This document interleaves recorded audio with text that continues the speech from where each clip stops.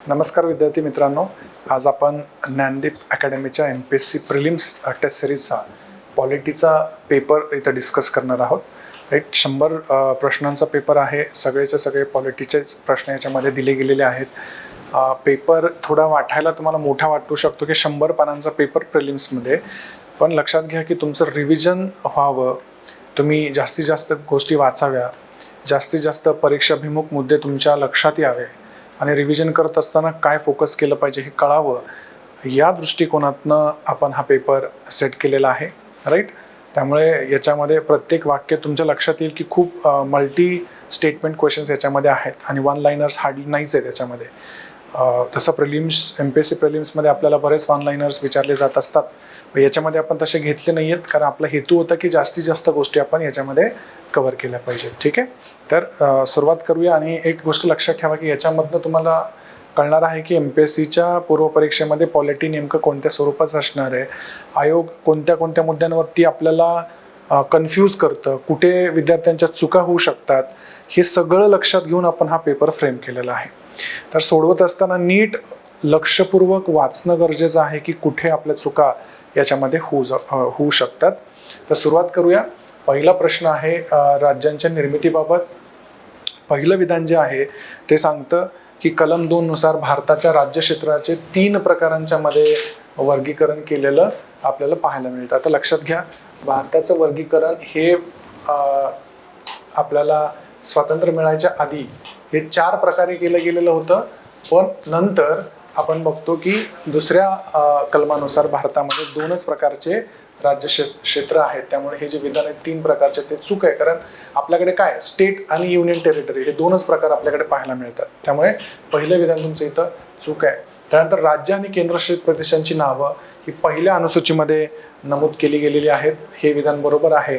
सगळ्या अनुसूच्या तुम्हाला माहीत असले पाहिजेत. साधारण tears of the old PM ही त्याचं ट्रिक आहे बघा, tears of the old PM.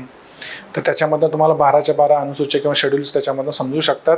आपल्या जो एक चॅनल आहे मी एडिटोरियल्स मेड इझी, त्याच्यावरती हे सगळं शेअर केलेलं आहे, तुम्ही एकदा त्याच्यामध्ये बघू शकता, किंवा MPSC व्हॅल्यू ॲडेड या ग्रुपवरती पण मी लवकरच ते ॲड करेन. त्यानंतर तिसरं जे विधान आहे, म्हणजे हे विधान बरोबर आहे. भारतीय संघ ही संज्ञा भारतीय राज्य क्षेत्रापेक्षा जास्त आहे, किंवा इंडियन युनियन ही इंडियन टेरिटरीपेक्षा मोठी आहे संकल्पना किंवा कॉन्सेप्ट असं सांगितलेलं आहे. तर हे विधान आपलं चूक ठरतं, कारण युनियन ऑफ इंडिया जेव्हा असं म्हटलं जातं तेव्हा युनियन ऑफ इंडियामध्ये आपण फक्त राज्यांचा समावेश करतो, पण जेव्हा आपण टेरिटरी ऑफ इंडिया म्हणतो तेव्हा त्याच्यामध्ये राज्य, केंद्रशासित प्रदेश आणि कालांतराने वेळोवेळी भारताने कुठली अधिकृत केलेलं क्षेत्र पण असेल, समजा कुठलं क्षेत्र भारताने जिंकून घेतलं तर त्याही क्षेत्राचा समावेश आपण टेरिटरी ऑफ इंडियामध्ये करतो. तर इथं काय पाहिजे, मोठं कोण येते तर टेरिटरी ऑफ इंडिया किंवा भारतीय राज्य क्षेत्र हे जास्त व्यापक आहे. त्यामुळे हे विधान चुकीचं ठरतं. तुमचं उत्तर याच्यामध्ये काय पाहिजे, A आणि C हे चूक आहे. ओके, चला दुसऱ्या प्रश्नाकडे जाऊया. SK धर या आयोगाबद्दल खालील विधान विचारात घ्या. लक्षात घ्या, भारताच्या राज्यांची निर्मिती भाषिक भाषा प्रांतावर जी रचना झाली त्या सगळ्याची एक क्रमवारी तुमच्याकडे असली पाहिजे. म्हणजे कुठून असली पाहिजे की 19 लोकमान्य टिळकांनी पहिल्यांदा मागणी केली होती. राईट, त्यानंतर नेहरू रिपोर्टमध्ये 1928 रिपोर्टमध्ये पण लिंग्विस्टिक स्टेट्स निर्माण करावे अशी मागणी केली गेलेली होती. आणि नंतर भारत जेव्हा स्वतंत्र झाला त्यानंतर 1948 पासून SK धर समिती आहे, त्यानंतर JVP समिती आहे, फजल अली कमिशन आहे जेव्हा आंध्र प्रदेशची निर्मिती झाली 1953 मध्ये, आणि मग त्यानंतर फजल अली कमिशन आणि त्याच्यानुसार राज्यांची निर्मिती झालेले वर्ष, हे सगळं म्हणजे पूर्ण प्रक्रिया तुम्हाला माहिती असणं परीक्षेच्या दृष्टिकोनातून खूप जास्त गरजेचं आहे. पहिलं जे विधान आहे त्याच्यामध्ये सांगितलं की जुलै 1948 मध्ये भारत सरकारने SK धर समितीचे स्थापना केली. पण लक्षात घ्या, इथं चूक काय आहे की इथं जुलै असं दिलेलं आहे, तर ही स्थापना जून महिन्यामध्ये केलेली आहे. तर तुम्हाला वाटेल की इतक्या छोट्या चुका आयोगामध्ये होतात का, तर होतात. आयोग मुद्दाम आपल्याला आकडं बदलतं, महिने बदलतं आणि खूप छोटा बदल करून आपल्याला प्रश्न विचारतो. वाचायच्या भरामध्ये आपण त्याच्याकडे लक्ष देत नाही. पॉलिटीमध्ये मार्क आणण्याचं सगळ्यात महत्त्वाचं टेक्निक आहे तर नीट प्रश्न वाचा. ओके, तर जून 1948 मध्ये या समितीची नेमणूक झालेली होती, त्यामुळे पहिलं विधान इथं चूक ठरतं. त्यानं आयोगाने डिसेंबर 1949 मध्ये अहवाल दिला, हे पण विधान चूक आहे, कारण डिसेंबर 1948 मध्येच अहवाल दिलेला आहे. कारण यांनी एस.के. धर समितीने काय सांगितलं की भाषावार प्रांत रचना करू नका, राईट. ऍडमिनिस्ट्रेटिव्ह कन्व्हिनियन्सला जास्त भर द्या, लिंग्विस्टिक स्टेट नको, भाषेवर आधारित राज्य नको. मग याला विरोध झाला तेव्हा 1948 मध्ये लगेच डिसेंबरमध्ये JVP कमिटी नेमली गेली, राईट. JVP समिती नेमली गेली 1948 मध्ये, त्यामुळे दुसरं विधान पण चूक ठरतं. तिसरं जे विधान आहे की प्रशासकीय सोयीऐवजी भाषिक आधारावरती राज्यांची पुनर्गठन करण्याची शिफारस या एस.के. धर समितीने केलेली, हे विधान मात्र बरोबर आहे. ठीक आहे. सॉरी, त्यांनी उलट सांगितलं की भाषावरती प्रांत रचना करू नका. म्हणजे इथं काय झालंय की सगळेही विधानं तुम्हाला चुकलेले दिसतील, तुमचं उत्तर सर्व चूक असं असलं पाहिजे. ओके. पण सांगितलेलं लक्षात ठेवा की फक्त एस.के. धर समिती माहीत असून चालणार नाही, तर तुम्हाला याच्यामध्ये फजल अली कमिशन पण माहीत पाहिजे, त्याचा कधी नेमणूक झाली, अहवाल कधी आला, पन्नीकर आणि कुंजरू हे त्याचे सदस्य होते, त्यांनी कुठल्या तत्वाला मान्यता दिली, भाषिक प्रांत रचना करा म्हटले, पण 1 स्टेट 1 लँग्वेज किंवा 1 लँग्वेज 1 स्टेट हे तत्व मात्र त्यांनी नाकारलं, आणि म्हणून महाराष्ट्राचा पुन्हा प्रॉब्लेम जास्त वाढला, संयुक्त महाराष्ट्र अजून जास्त लढा तीव्र झालेला आपल्याला पाहायला मिळतो. ओके. तिसरा प्रश्न बघूया. 1853च्या चार्टर ऍक्ट बद्दल खालील विधान विचारात घ्या. हे चार्टर ऍक्ट आपल्याला सगळ्यात जास्त महत्वाचे आहेत, विशेषतः 1813चा असेल, 1853चा असेल, 1892चा असेल, 1909, 1919 आणि 35चा फायनली. हे सगळेही कायदे आपल्यासाठी खूप जास्त महत्वाचे आहेत. त्याच्यामध्ये पहिलं जे विधान आहे की पहिल्यांदाच कायदे निर्मिती हे सरकारचं एक विशेष कार्य आहे असं मानलं गेलं, तर जे गव्हर्नर्स काउन्सिल होतं त्याच्यामध्येच एक लेजिस्लेटिव्ह काउन्सिल कायदे करण्यासाठी एक वेगळं निर्माण केलं गेलं, म्हणजे पहिल्यांदा त्याच्यामध्ये आपण मान्यता दिली. त्यानंतर कंपनीचा कारभार संसदेच्या मर्जीनुसार कधीही बरखास्त केला जाऊ शकतो अशी पण त्याच्यामध्ये तरतूद केली. आधीच्या सगळ्या तुम्ही कायद्यांमध्ये बघितलं की 20 वर्षांसाठी क्षेत्र हे ईस्ट इंडिया कंपनीला दिलं गेलेलं होतं, पण याच्यामध्ये कुठलीही तरतूद तशी दिसत नाही आपल्याला कुठल्याही वर्षांची, तर तेही विधान बरोबर आहे. आणि तिसरं जे आहे की विधान परिषद प्रथम स्थानिक प्रतिनिधित्व इथं देण्यात आलं, तर बंगाल, बॉम्बे, मद्रास आणि आग्रा या 4 प्रांतांना इथं आपण स्थानिक प्रतिनिधित्व पहिल्यांदा दिलेलं आहे. तर हे तिन्ही विधान बरोबर आपल्याला इथं आढळतात. त्यानंतर पुढचा प्रश्न बघूया. 1935च्या भारत सरकार कायद्याबद्दल खालील विधानांचा विचार करा. मी आता सांगितलं की हे सगळे कायदे आपल्याला इथं महत्वाचे आहेत. ठीक आहे. तर पहिलं जे विधान आहे त्याच्यामध्ये या कायद्यानुसार संघ सूचीमध्ये 49 विषय, राज्यामध्ये 54 आणि समवर्ती सूचीमध्ये 56 विषय त्याच्यामध्ये ठेवण्यात आलेले होते. आता बघा इथं आकडेवारी खूप दिलेली आहे, थोडं मागे ठेवा त्याला. आकडेवारी कदाचित तुम्हाला माहित नसू शकते. पुढचं विधान बघा. या कायद्याने प्रांतांमध्ये दुहेरी शासन व्यवस्था लागू करण्यात आली. एकदम उलट सांगितलंय. दुहेरी शासन व्यवस्था 1935च्या कायद्याने आपण केंद्रामध्ये लागू केली आणि प्रॉव्हिन्सेसमध्ये प्रॉव्हिन्शियल ऑटोनॉमी त्यांना स्वायत्ता दिली पूर्णपणे. त्यामुळे दुसरं विधान इथं आपल्याला चुकतंय, राईट. म्हणजे त्यांनी विचारलं की चुकीची विधानं ओळखायची आहेत. आता इथं बी नाहीये म्हणजे हे आपलं ऑप्शन असू शकत नाही. पुढचं आहे की संघ राज्य सूचीतील विषयांची विभागणी आरक्षित विषय आणि हस्तांतरित विषय अशा प्रकारे केलेली आपल्याला पाहायला मिळते. त्यामुळे हे पण विधान इथं बरोबर आपल्याला दिसतं. त्यामुळे हे तुमचा आन्सर होऊ शकत नाही. ओके. त्यामुळे उत्तर याच्यामधलं कुठलं आहे तर फक्त बी चूक आहे. हे जे पहिल्या विधानामध्ये आकडे दिलेले आहेत हे आकडे इथं बरोबर दिलेले आहेत की राज्य सूचीमध्ये, केंद्र सूचीमध्ये आणि समवर्ती सूचीमध्ये किती विषय त्याच्यामध्ये ठेवले गेलेले होते, तर ते विधान इथं बरोबर आहे. तुमचं उत्तर काय आहे की 1 असलं पाहिजे. फक्त बी विधान हे चूक आहे, राईट. जी गोष्ट तुम्हाला माहिती आहे त्यावरती फोकस करा आणि एलिमिनेशन करायचा प्रयत्न करा. ओके. सगळेच पॉईंट उत्तरातले तुम्हाला माहित असलं पाहिजे असं कधी होत नाही परीक्षेमध्ये. कधी कधी आपल्याला माहित नसलेले पॉईंट्स पण विचारले गेलेले असतात. पुढचा प्रश्न आहे की मूलभूत हक्कांच्या बद्दल खालील विधानांचा विचार करा. पहिला आहे मूलभूत हक्क हे राजकीय लोकशाहीच्या आदर्शाला चालना देतात, पॉलिटिकल डेमोक्रेसीला चालना देतात. तर पहिलं विधान बरोबर आहे. हे प्रश्न विचारलेले आहेत बघा. तुम्हाला काय माहित पाहिजे की DPSP हे सोशल आणि इकॉनॉमिक डेमोक्रेसीला प्रोत्साहन देतात आणि मूलभूत हक्क किंवा फंडामेंटल राईट्स हे पॉलिटिकल डेमोक्रेसीला प्रोत्साहन देतात. तर पहिलं विधान याच्यामध्ये बरोबर आहे. दुसरं विधान आहे की व्यक्ती नव्हे तर कायद्याचं राज्य स्थापन करणं हे मूलभूत हक्कांचं मूळ उद्दिष्ट आहे. Rule of law not of main हे स्थापन करायचं आहे, तर हे पण विधान त्याच्याबद्दल बरोबर आहे. आणि धर्म स्वातंत्र्याचा हक्क हा कलम 25 ते 27 मध्ये देण्यात आलेला आहे का, तर ऍक्च्युली हे चुकीचं आहे. 25 ते 28 दरम्यान दिला गेलेला आहे. राईट, म्हणजे अशा छोट्या छोट्या चुका आपल्याला आयोग आपल्याकडनं करून घेत असतं. तर आपलं उत्तर काय असलं पाहिजे, इथं ए आणि बी बरोबर. लक्षात ठेवा, तुम्हाला कलम 12 ते 51 हे पाठ असले पाहिजेत, याच्यामध्ये जास्त प्रश्न विचारले जात असतात. ओके, चला पुढे जाऊया. 6वा प्रश्न आहे, कलम 19 मध्ये दिलेले हक्क सोडून इतर हक्कांवर राष्ट्रीय आणीबाणी दरम्यान तात्पुरता प्रतिबंध आणला जाऊ शकतो. तर पहिलं विधान बघा चूक आहे, कारण आणीबाणीच्या काळामध्ये पहिलं ऑटोमॅटिकली सस्पेंड काय होत असेल तर कलम 19 आहे. आणि ज्याच्यावरती राष्ट्रीय आणीबाणीचा काहीच फरक पडत नाही ती कलम कुठली आहेत, तर 20 आणि 21. राईट, त्यामुळे पहिलं विधान इथं आपलं चुकीचं ठरतं. त्यानंतर दुसरं विधान आहे की मूलभूत हक्कांशी विसंगत असणारे सर्व कायदे रद्दबातल ठरतील असे अनुच्छेद 34 मध्ये सांगितले. बघा कलम 34 मध्ये काय सांगितलंय की मार्शल लॉच्या काळामध्ये काय होईल, त्यामुळे हे पण विधान इथं आपल्याला चुकलेलं पाहायला मिळतं. म्हणजे इथं दोन्हीही विधान तुमचे चुकलेलेच आहे. आता या दृष्टिकोनातून तुम्हाला काय माहित असलं पाहिजे, कलम 358 आणि कलम 359 ही दोन तुम्हाला माहित असले पाहिजेत. राईट, कुठले, 358 आणि 359. बघा पेपर झाल्या वाचायचं की एमर्जन्सीच्या काळामध्ये फंडामेंटल राईट्सवरती काय परिणाम होतात, ह्या दोन कलमांच्या मध्ये सांगितलेलं आहे. 358 मध्ये सांगितलं की 19 बद्दल काय होतं आणि इतर जे मूलभूत हक्क आहेत त्यांच्याबद्दल काय होतं हे 359 मध्ये सांगितलेलं आहे. तर ही दोन्ही कलम तुमच्यासाठी खूप जास्त महत्वाची आहेत.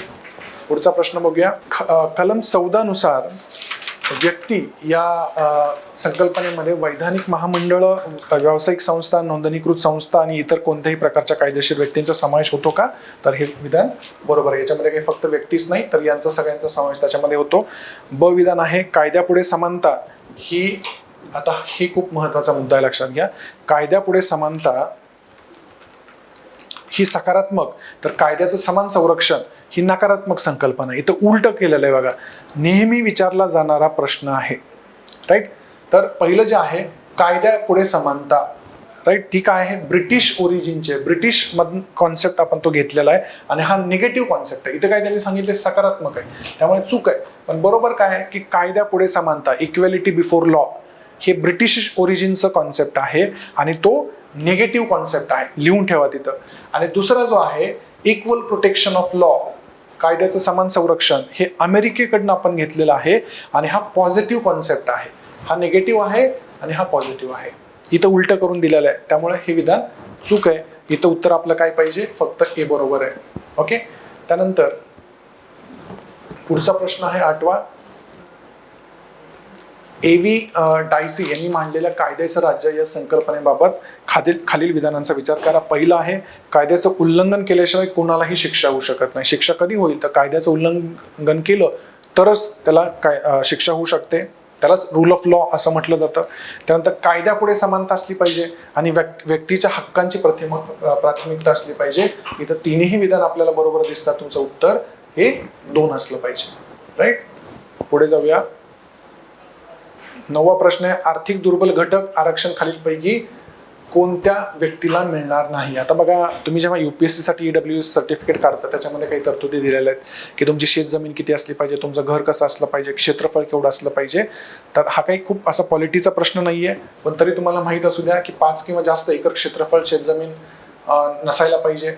त्यानंतर 1000 किंवा त्यापेक्षा जास्त चौरस फूट क्षेत्रफळाचा निवास सदनका गावामध्ये नसलं पाहिजे आणि अधिसूचित नगरपालिकांच्या मध्ये 100 किंवा त्यापेक्षा जास्त चौरस यार्ड क्षेत्रफळ निवासी भूखंड नसायला पाहिजे. तिन्ही विधानं जी याच्यामध्ये दिलेली आहेत ती बरोबर आहेत, त्यामुळे तुमचं उत्तर वरील सर्व हे पाहिजे. राईट, जर काही जास्त पॉलिटीचा टिपिकल असा प्रश्न नाहीये, पण तरी पण माहिती असू द्या. 10वा प्रश्न, न्यायालयाने खालीलपैकी कोणते हक्क कलम 21चा भाग म्हणून घोषित केलेले आहेत. बघा, त्यांनी काय विचारलंय की न्यायालयाने कुठले दिलेले आहेत. अशा अनेक खटले झालेले आहेत की ज्याच्यामुळे अनेक गोष्टी कलम 21 अंतर्गत वाढत गेल्या. त्यातलं पहिलं आहे निवाऱ्याचा हक्क, हे विधान बरोबर आहे. त्यानंतर वयाच्या 14 वर्षापर्यंत मोफत शिक्षण द्यावं, हे पण बरोबर आहे. तर तुम्हाला वाटेल कलम 21A मध्ये पण हे दिलेलं आहे, बरोबर आहे. पण 21 मध्ये पण याचा समावेश होतो.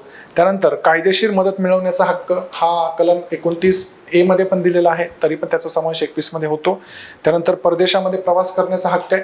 हा हक्क कशामध्ये झाला बघा, मनेका गांधी खटला आहे. तर मनेका गांधींचा पासपोर्ट जप्त केला गेला होता, त्यांनी सुप्रीम कोर्टामध्ये केस टाकली आणि त्याच्यामध्ये हा निर्णय झाला की प्रदेशामध्ये प्रवास करण्याचा हक्क हा कलम 21 अंतर्गत येतो. पण देशांतर्गत प्रवास करण्याचा हक्क हा कोणत्या कलमामध्ये येतो हे मात्र तुम्हाला माहित पाहिजे, कारण हा कन्फ्यूज करणारा प्रश्न आहे. तर कलम 19 मध्ये अंतर्गत प्रवेशाच्या बाबतीमध्ये तरतूद केलेली आहे. आणि डोंगराळ भागामध्ये रस्त्याचा हक्क असणं हेही बरोबर आहे. म्हणजे तुमचं उत्तर काय पाहिजे, वरील सर्व बरोबर. ओके, चला पुढच्या प्रश्नाकडे जाऊया.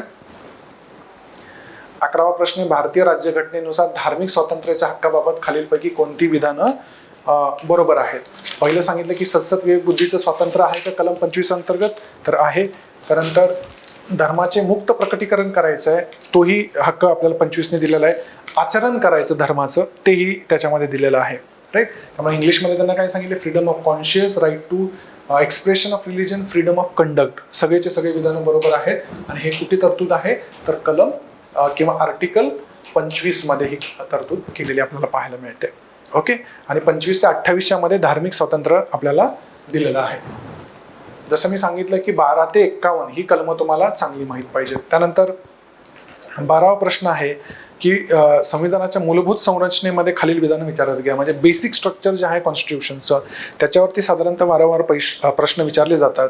तर ही एक पूर्ण प्रक्रिया जी तुम्हाला माहीत पाहिजे. 1951 मध्ये पहिलं जे शंकरी प्रसाद केस झालं तिथपासून माहीत पाहिजे. शंकरी प्रसाद खटल्यामध्ये काय सांगितलं की सुप्रीम कोर्टानं की पार्लमेंटला कुठलाही फंडामेंटल राईट मध्ये अमेंडमेंट करण्याची पॉवर आहे. म्हणजे आर्टिकल 368चा वापर करून कुठलाही फंडामेंटल राईटमध्ये ते बदल करू शकतात. राईट. पुढं त्यांनीच 1967 मध्ये पहिलं आपलाच जजमेंट बदललं आणि गोलकनाथ खटल्यामध्ये काय सांगितलं की अशा प्रकारचं कुठलंही बदल फंडामेंटल राईट्समध्ये करता येणार नाही, फंडामेंटल राईट हे सर्वोच्च आहेत असं त्यांनी सांगितलं. म्हणजे 51चा स्वतःचाच निर्णय त्यांनी गोलकनाथ केसमध्ये 1967 मध्ये बदलला. त्याला रिॲक्शन म्हणून केंद्रानं 24वी घटना दुरुस्ती केली. त्याच्यामध्ये सांगितलं की पार्लमेंटला कुठल्याही प्रकारचा अमेंडमेंट फंडामेंटल राईटमध्ये करायचा अधिकार आहे. मग परत सुप्रीम कोर्टामध्ये केशवानंद भारती केसमध्ये बेसिक स्ट्रक्चरचा मुद्दा सुप्रीम कोर्टाने मांडला. तर पहिलं विधान आपलं चुकीचं ठरतं, कारण याच्यामध्ये सांगितलं की गोलकनाथ खटल्यामध्ये सर्वोच्च न्यायालयाने मूलभूत संरचनेचा सिद्धांत मांडला, तर तो नाहीये. 1973 मध्ये केशवानंद भारतीमध्ये तो मांडला. इंदिरा गांधी विरुद्ध राजनारायण खटल्यामध्ये सर्वोच्च न्यायालयाने मूलभूत संरचना सिद्धांताचं पुष्टीकरण केलेलं आहे असा हा प्रश्न आहे. त्यामुळे हे पण विधान बरोबर आहे. त्यानंतर समानतेचं तत्व मूलभूत संरचनेचा भाग आहे. अनेक भाग आहेत बेसिक स्ट्रक्चरचे. सेक्युलर म्हणजे धर्मनिरपेक्ष असणं, पार्लिमेंटरी सिस्टीम ऑफ डेमोक्रेसी असणं, राईट, फेडरल स्ट्रक्चर आहे, हे सगळं आपल्या बेसिक स्ट्रक्चरमध्ये येतं. अनेक मुद्दे आहेत, पुस्तकांमध्ये तुम्ही वाचू शकता. तर इथं बी आणि सी हे विधान आपल्याला इथं बरोबर दिसतात. पण सगळे नीट कायदे माहीत पाहिजे. शंकरी प्रसाद पासून सगळे 1973 पर्यंत ते 1980चा मिनर्वा मिल्स केस पर्यंत. ओके. त्यानंतर 13वा प्रश्न आहे, घटना दुरुस्ती प्रक्रियेबद्दल खालील विधानं विचारात घ्या. त्याच्यामध्ये भाग 20 मध्ये आपल्याला कलम 368 मध्ये या तरतुदी दिलेल्या आहेत, हे पण माहीत पाहिजे. राईट. पहिलं विधान याच्यामध्ये बरोबर आहे. तुम्हाला सगळे 25 भाग माहीत असण्याचं कारण नाही, पण 15 आहे, 18 आहे, 20 आहे, 1 ते 9 हे तुम्हाला माहीतच असले पाहिजे. राईट. त्यानंतर घटना दुरुस्ती विधेयक प्रथम लोकसभेत मांडावं लागतं, काही संबंध नाही, राज्यसभेमध्ये पण मांडलं जाऊ शकतं. विधेयक सादर करण्यासाठी राष्ट्रपतींची पूर्व परवानगी लागते का, तर नाही. हे काही मनी बिल नाहीये, याला कुठली पूर्व परवानगी लागत नाही. त्यामुळं इथं आपल्या लक्षात येते की फक्त ए विधान हे बरोबर आहे, इतर सगळे विधानं चुकीचे आहे. तुमचं उत्तर काय पाहिजे, 3 असलं पाहिजे. ओके. पुढचा प्रश्न बघा, मूलभूत कर्तव्यांच्या बद्दल खालील विधानं विचारात घ्या. America, Canada, France, Germany, Australia देशांच्या मध्ये मूलभूत कर्तव्यांची तरतूद आहे. मूलभूत कर्तव्यांची तरतूद ही फक्त USSR त्या काळामध्ये किंवा आजच्या रशियाच्या कॉन्स्टिट्यूशनमध्ये होते. त्यामुळे हे विधान ऑटोमॅटिकली चूक आहे. भारताने USSR च्या घटनेवरनं प्रेरणा घेऊन राज्यघटनेमध्ये मूलभूत कर्तव्य नमूद केली. सवर्णसिंग समिती आहे 1976ची, 42वी घटना दुरुस्ती केली आपण. त्यांनी 8 सुचवले होते, पण आपण 10 ड्युटीज, फंडामेंटल ड्युटीज आपण त्या घटना दुरुस्तीने 1976 मध्ये कॉन्स्टिट्यूशनमध्ये ॲड केल्या. पुढे 2002मध्ये 86वी घटना दुरुस्ती झाली, त्याच्यानुसार अजून एक त्याच्यामध्ये ॲड केले, असं एकूण 11 कर्तव्य आपण त्याच्यामध्ये ॲड केलेले आहेत. त्यामुळे इथं आपलं उत्तर काय असलं पाहिजे, फक्त ब बरोबर आहे. राईट. पुढचा प्रश्न बघा, त्याच बद्दल आहे. स्वर्णसिंग समितीनं घटनेमध्ये 8 मूलभूत कर्तव्य असली पाहिजेत अशी शिफारस केली होती. हे विधान बरोबर आहे, पण आपण मुळामध्ये केल्या किती, 10. त्यानंतर 42व्या घटना दुरुस्तीच्या कायद्याद्वारे एकूण 11 मूलभूत कर्तव्यांचा समावेश करण्यात आला नाही. इथं आपण 10चाच केला होता. आणि त्यानंतर 86वी घटना दुरुस्ती जी होती त्याच्यानुसार पुन्हा एक ऍड केला आणि मग 11 झाल्या. 42 मध्ये 10च होत्या, त्यामुळं ही विधान इथं चुकीचं ठरतं. त्यामुळे तुमचं उत्तर काय असलं पाहिजे, फक्त ए बरोबर. ओके. पुढच्या प्रश्नाकडे जाऊया. 16, राज्य धोरणाची मार्गदर्शक तत्व यांच्याबद्दल खालील विधानं विचारात घ्या, असा हा प्रश्न आहे. पहिलं जे वाक्य आहे की के टी तेलंग यांनी भारतीय राज्यघटनेला नाविन्यपूर्ण वैशिष्ट्य असं म्हटलेलं आहे. तर पहिलं विधान इथे चुकीचं, लक्षात घ्या. नाविन्यपूर्ण वैशिष्ट्य हे कोणी म्हटलेलं आहे DPSP ला, तर डॉक्टर आंबेडकरांनी म्हटलेलं आहे. त्यामुळे पहिलं विधान इथं चूक ठरतं. त्यानंतर ग्रॅनविल ऑस्टिन यांनी मार्गदर्शक तत्व आणि मूलभूत हक्कांचं वर्णन संविधानाचा अंतरात्मा असा केलेला आहे. आता तुम्ही ट्रान्सलेशन जर नीट बघितलं तर तुमच्या लक्षात आलं पाहिजे की कॉन्शियन्स ऑफ द, इथं संविधानाचा अंतरात्मा झालाय आणि इथं कॉन्शियन्स आहे. तर ग्रॅनविल ऑस्टिन काय म्हटलेलं आहे, कॉन्शियन्स ऑफ द कॉन्स्टिट्यूशन असं म्हटलेलं आहे. ठीक आहे. तर हे सुद्धा विधान इथं चूक ठरतं. म्हणजे दोन्हीही विधानं इथं तुमची चूक आहे. ओके. कोण काय म्हटलं DPSP बद्दल किंवा फंडामेंटल राईट्सला कलम 32ला आंबेडकर काय म्हणाले, हे सगळे प्रश्न पूर्वी MPSC मध्ये येऊन गेलेले आहेत. तर प्रिव्हियस इयर क्वेश्चनचा नीट अभ्यास केला तरी पण तुम्हाला चांगला अभ्यास याच्यामध्ये होणार आहे. 17व्या प्रश्नाचं बघा की चुकीचं विधान ओळखायचं आपल्याला. मुलांना परिपूर्ण विकासाच्या भरीव संधी उपलब्ध करून देणं, हे कलम 29 मध्ये आहे. राईट. हे विधान बरोबर आहे. त्यानंतर आधुनिक पद्धतीनं कृषी आणि पशुसंवर्धन करणं कलम 48 मध्ये आहे, हेही बरोबर आहे. कत्तली करायच्या नाहीत, हे पण 48 मध्ये सांगितलेलं आहे. ऐतिहासिक स्मारक ठिकाणं आणि वस्तूंचं संरक्षण करायचं 49 मध्ये बरोबर आहे. म्हणजे एकही चुकीचं इथं आपल्याला आढळणार नाही. फक्त लक्षात घ्या, हे जे कलम आहे कलम 29 ते 39 A पासनं 39 F पर्यंत आहे. तुम्हाला सगळे माहीत असले पाहिजे. याच्यावरती वारंवार प्रश्न विचारला जात असतो. ठीक आहे. पुढे 18वा प्रश्न आहे, नागरिकत्वाबद्दल खालील विधानांचा विचार करा. पहिलं जे विधान आहे की नोंदणीसाठी अर्ज करण्यापूर्वी 7 वर्ष भारतामध्ये वास्तव्यास असण्याची आवश्यकता असते. तर हे विधान बरोबर आहे. त्यानंतर भारतीय नागरिकांची अल्पवयीन मुले ही सुद्धा भारताचे नागरिक असतात. भारताचे नागरिक म्हणून नोंद असणाऱ्या पालकांची सज्ञान आणि सक्षम असलेली व्यक्ती यांचा सुद्धा त्याच्यामध्ये समावेश होतो. म्हणजे हे सगळेच बरोबर आहेत. पण लक्षात घ्या, सिटिझनशिप वरती तुम्हाला आयोग काय प्रश्न विचारेल की सिटिझनशिप कशी मिळवता येते आणि कशी जाते, सारखं प्रश्न विचारलेला आहे. कन्फ्युजन कुठं होतं आपल्याला की आपल्याला कशी मिळू शकते नागरिकत्व एखाद्या देशाचं, भारताचं, तर तो 5 प्रकारे मिळू शकतं. By birth, by descent, by naturalisation. Right. तिथं शब्द काय करता आयोग, नॅशनलायझेशन. तिथं ऍक्च्युली शब्द काय आहे, नॅचरलायझेशन, बाय रजिस्ट्रेशन आणि इनकॉर्पोरेशन ऑफ टेरिटरी. म्हणजे आपण नवीन प्रदेश जिंकून घेतला तरी पण त्या प्रदेशातली लोक भारताचे नागरिक होऊ शकतात. तर तुम्हाला चुकवलं कुठं जाऊ शकतं, बर्थ, डिसेंट, रजिस्ट्रेशन सोपं आहे आणि अक्वायरिंग ऑफ टेरिटरी पण सोपं आहे. नॅचरलायझेशनच्या ऐवजी नॅशनलायझेशन असा शब्द वापरला जाऊ शकतो. तिथे मात्र आपण चुकू शकतो. त्यामुळे तिथं काळजीपूर्वक वाचा. तोच प्रश्न परीक्षेमध्ये विचारला जाऊ शकतो. 19वा प्रश्न आहे, सर्वोच्च न्यायालयानुसार गरिबी, अज्ञान, रोगराई आणि विषमता संपवणं हा लोकशाही समाजवादाचा उद्देश आहे. हे विधान बरोबर आहे. त्याला इंग्लिशमध्ये नीट लक्षात घ्या, purpose of democratic socialism. Socialism काय असतं मुळात तुम्हाला समजलं पाहिजे. सोशलिझम म्हणजे काय की ही जी प्रॉपर्टी असते स्टेटची ती कोणा एकट्याच्या मालकीची नाहीये, ती सगळ्यांच्या मालकीची, असं सोशलिझम म्हणतो. पण ती लोकशाहीच्या आधारावरती असलं पाहिजे. सोशलिझम कोणाचं, कार्ल मार्क्सचं सोशलिझम नकोय आपल्याला, तर लोकशाहीच्या वरती आधारलेलं सोशलिझम आपल्याला पाहिजे. तर ते पहिलं विधान बरोबर आहे. दुसरं विधान म्हणतं की भारतीय समाजवाद हा मार्क्सवाद आणि गांधीवाद यांचं मिश्रण आहे. खूप महत्वाचं आहे. मी आत्ताच म्हटलं की आम्हाला मार्क्स नको आहे साम्यवाद, तर कोणाचा पाहिजे, गांधींचा पण पाहिजे, आणि म्हणून त्या दोघांचं मिश्रण करून आपण तो स्वीकारला तर तेही विधान याच्यामध्ये बरोबर आहे. तुमचं उत्तर असलं पाहिजे ए आणि बी दोन्हीही बरोबर. ओके. त्यानंतर 20वा प्रश्न आहे, खालीलपैकी कोणते कलम नागरी समानता सुनिश्चित करतं. आता लक्षात घ्या, मी जसं तुम्हाला सांगितले की कलम तुम्हाला सगळीच पाठ असली पाहिजेत.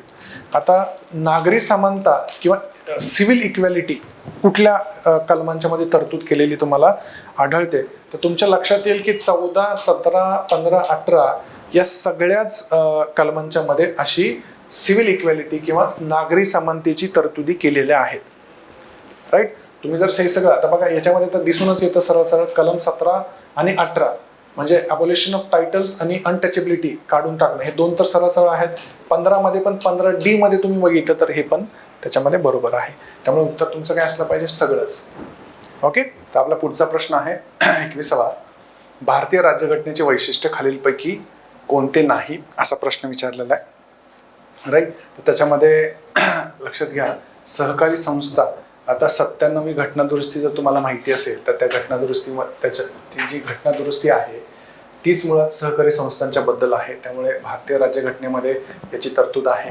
त्यानंतर धर्मनिरपेक्ष राज्य असलं पाहिजे, सेक्युलर स्टेट असलं पाहिजे, हे आपल्या प्रिॲम्बल पासून सगळ्या ठिकाणी वेगवेगळ्या ठिकाणी कॉन्स्टिट्यूशनमध्ये सांगितलेलं आहे.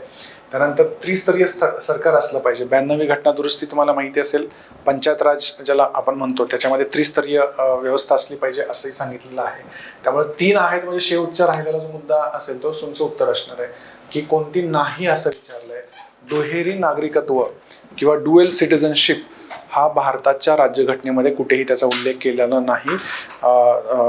ही जी नागरिकता अशी आहे ड्युअल सिटिझनशिप ज्याला म्हणतात, ती अमेरिकेसारख्या देशांच्या मध्ये आहे की जिकडे राज्याचे पण नागरिक असता तुम्ही आणि देशाचे पण नागरिक असता. आपण इथं कुठेही तसं राज्यघटनेमध्ये तरतूद केलेली नाही. त्यामुळे उत्तर तुमचं 4 असलं पाहिजे. 22वा प्रश्न बघूया. 1934 मध्ये प्रथम M.N. रॉय यांनी भारताच्या संविधान सभेची संकल्पना मांडली होती. विधान बरोबर आहे.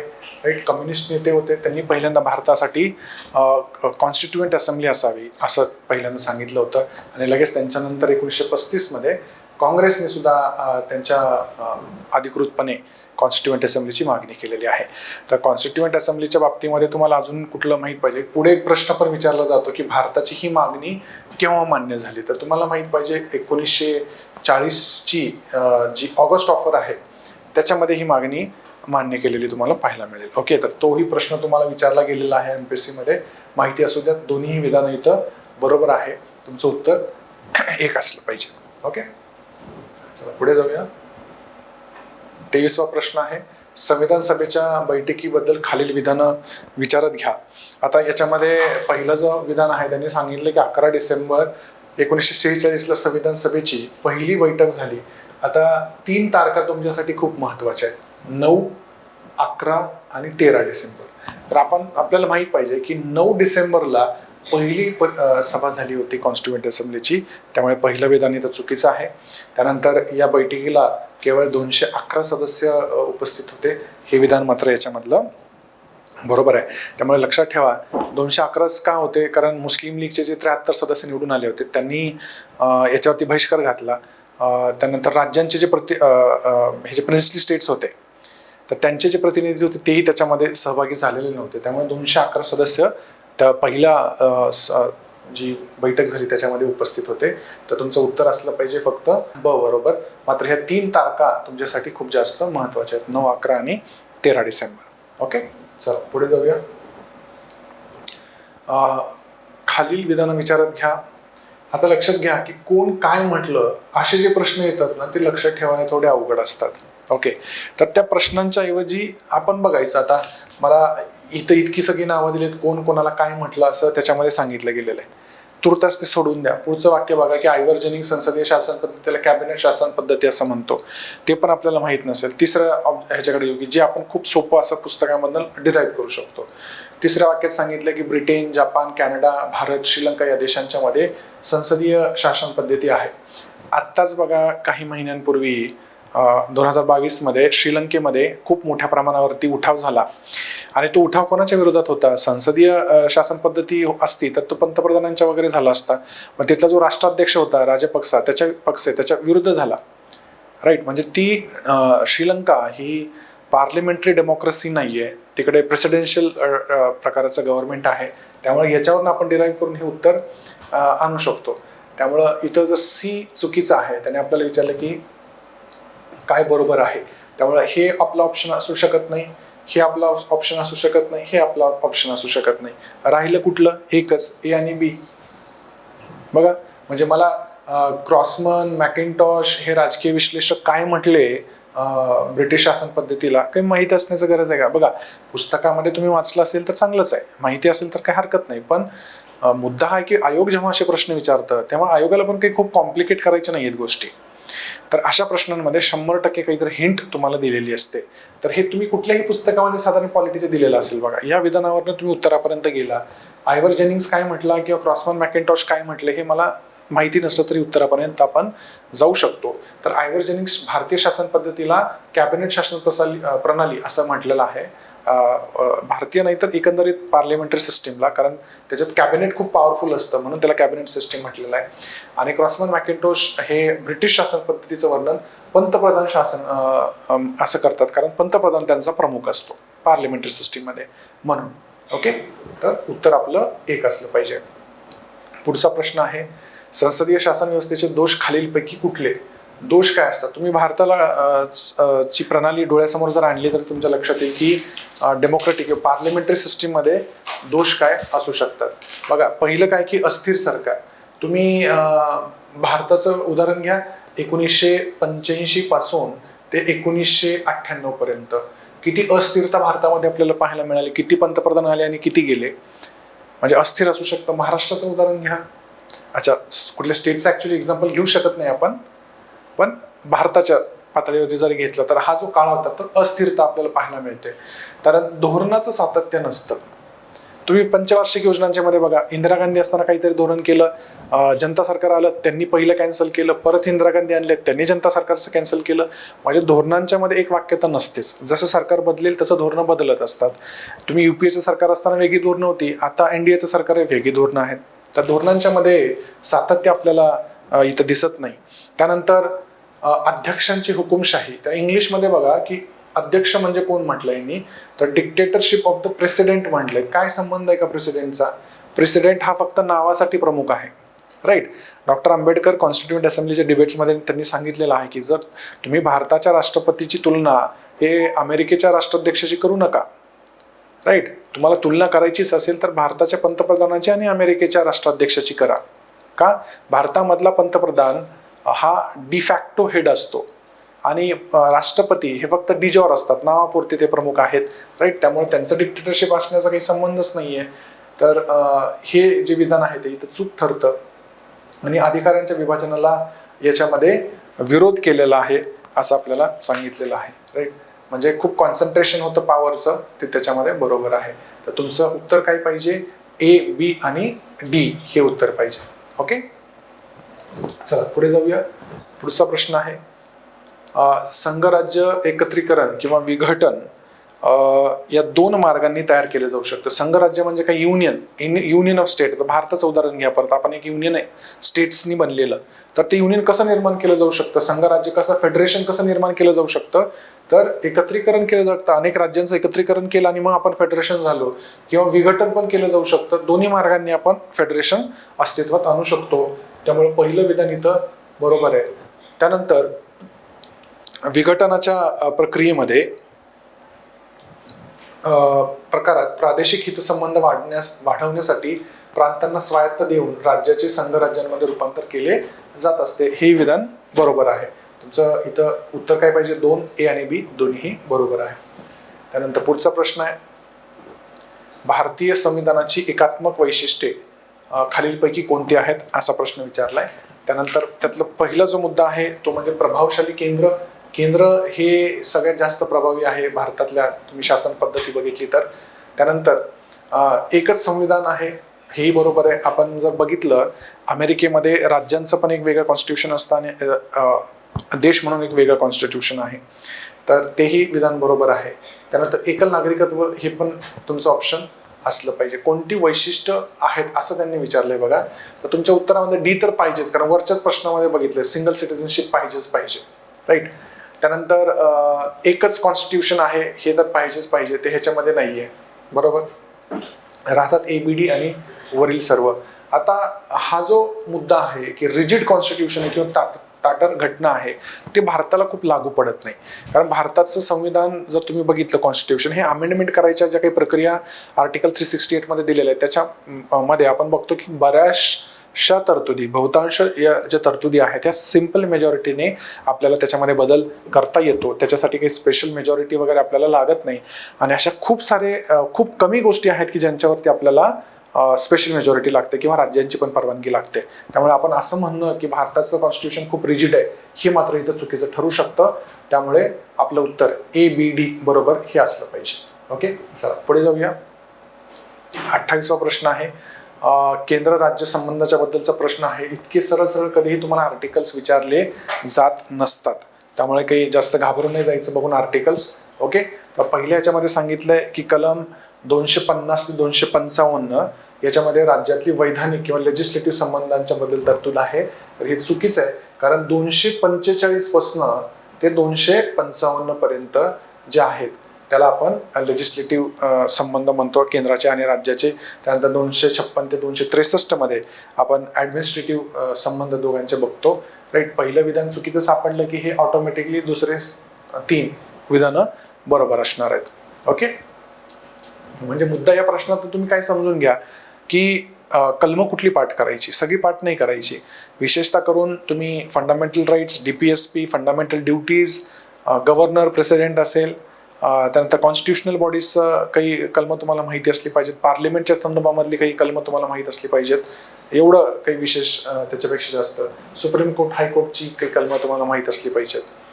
त्यानंतर राज्य विषयांवरती कायदे करण्याचा संसदेच्या अधिकाराबद्दल खालील विधाने विचारात घ्या असं त्यांनी सांगितलंय की राज्यसभेने पार्लिमेंट हा स्टेट सब्जेक्ट्सवरती, स्टेट लिस्ट मधल्या विषयांवरती केव्हा कायदे करू शकतं असा प्रश्न विचारलाय. राज्यसभेने साधारण बहुमताने ठराव पास केला तर असं विचारले. आता प्रश्न वाचत असताना नीट लक्षात ठेवा की कुठल्या प्रकारची मेजॉरिटी त्यांनी याच्यामध्ये सांगितलेली आहे. पॉलिटीमध्ये सगळ्यात जास्त कन्फ्युजन कशाचं होतं तर मेजॉरिटी कुठली आहे, सिंपल मेजॉरिटी आहे का स्पेशल मेजॉरिटी आहे, याच्यावरनं सगळ्यात जास्त गडबड आपल्याला झालेली पाहायला मिळते. इथं त्यांनी काही सांगितलं की राज्यसभेला जर कुठल्या केंद्र सूचीमधल्या विषयावरती तरतूद काही रेझोल्युशन पास करायचं असेल तर साधारण बहुमत असं सांगितलंय. त्यामुळे हे विधान चूक आहे. त्यांना स्पेशल मेजॉरिटीने 2/3 मेजॉरिटीने अशा प्रकारचं ठराव पारित करावा लागतो. त्यामुळे पहिलं विधान चूक आहे. त्याने राष्ट्रीय आणीबाणी दरम्यान केंद्र हा राज्य सूचीतल्या विषयांवरती कायदे करू शकतो. त्यानंतर राज्यांमधल्या कायद्याद्वारे केले जाऊ शकतं आणि राष्ट्रपती राजवटी दरम्यान पण केलं जाऊ शकतं. तुमचं उत्तर हे एक असलं पाहिजे. ओके, जिथं जिथं कन्फ्युजन येईल तिथं इंग्लिश वाचायचं बघा. See by agreement between states, 2 किंवा जास्त राज्यांनी जर तसं सांगितलं त्याच्यावरती कायदे करण्याचा अधिकार केंद्राला मिळतो.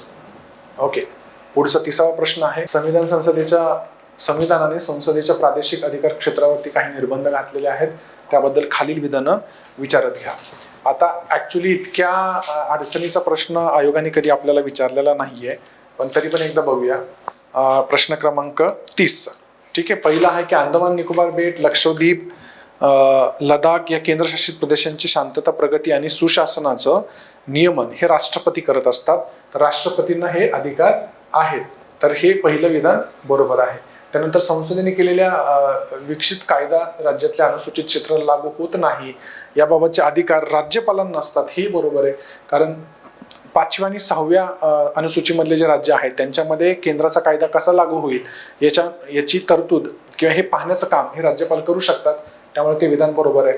आणि संसदेने केलेला विकसित कायदा राज्यातल्या आदिवासी भागाला लागू होत नाही, हे विधान बरोबर आहे. ऑटोनॉमस डिस्ट्रिक्ट ज्याला म्हणतो आपण, त्यांना तो लागू होत नाही जसा किंवा त्यांना जो बदल करून लागू करायचा आहे तशा प्रकारे तो लागू केला जाऊ शकतो. इथं सगळी विधानं बरोबर आहेत. उत्तर 4 असलं पाहिजे. ओके, त्यानंतर पुढचा प्रश्न आहे 1976 मध्ये ज्या 42वी घटना दुरुस्ती कायद्याने राज्य सूचीमध्ये खालीलपैकी कोणत्या विषय समवर्ती सूचीमध्ये आणले, म्हणजे स्टेट लिस्टमधनं कॉन्करंट लिस्टमध्ये कुठले 5 मुद्दे आणले असा प्रश्न हा विचारलेला आहे.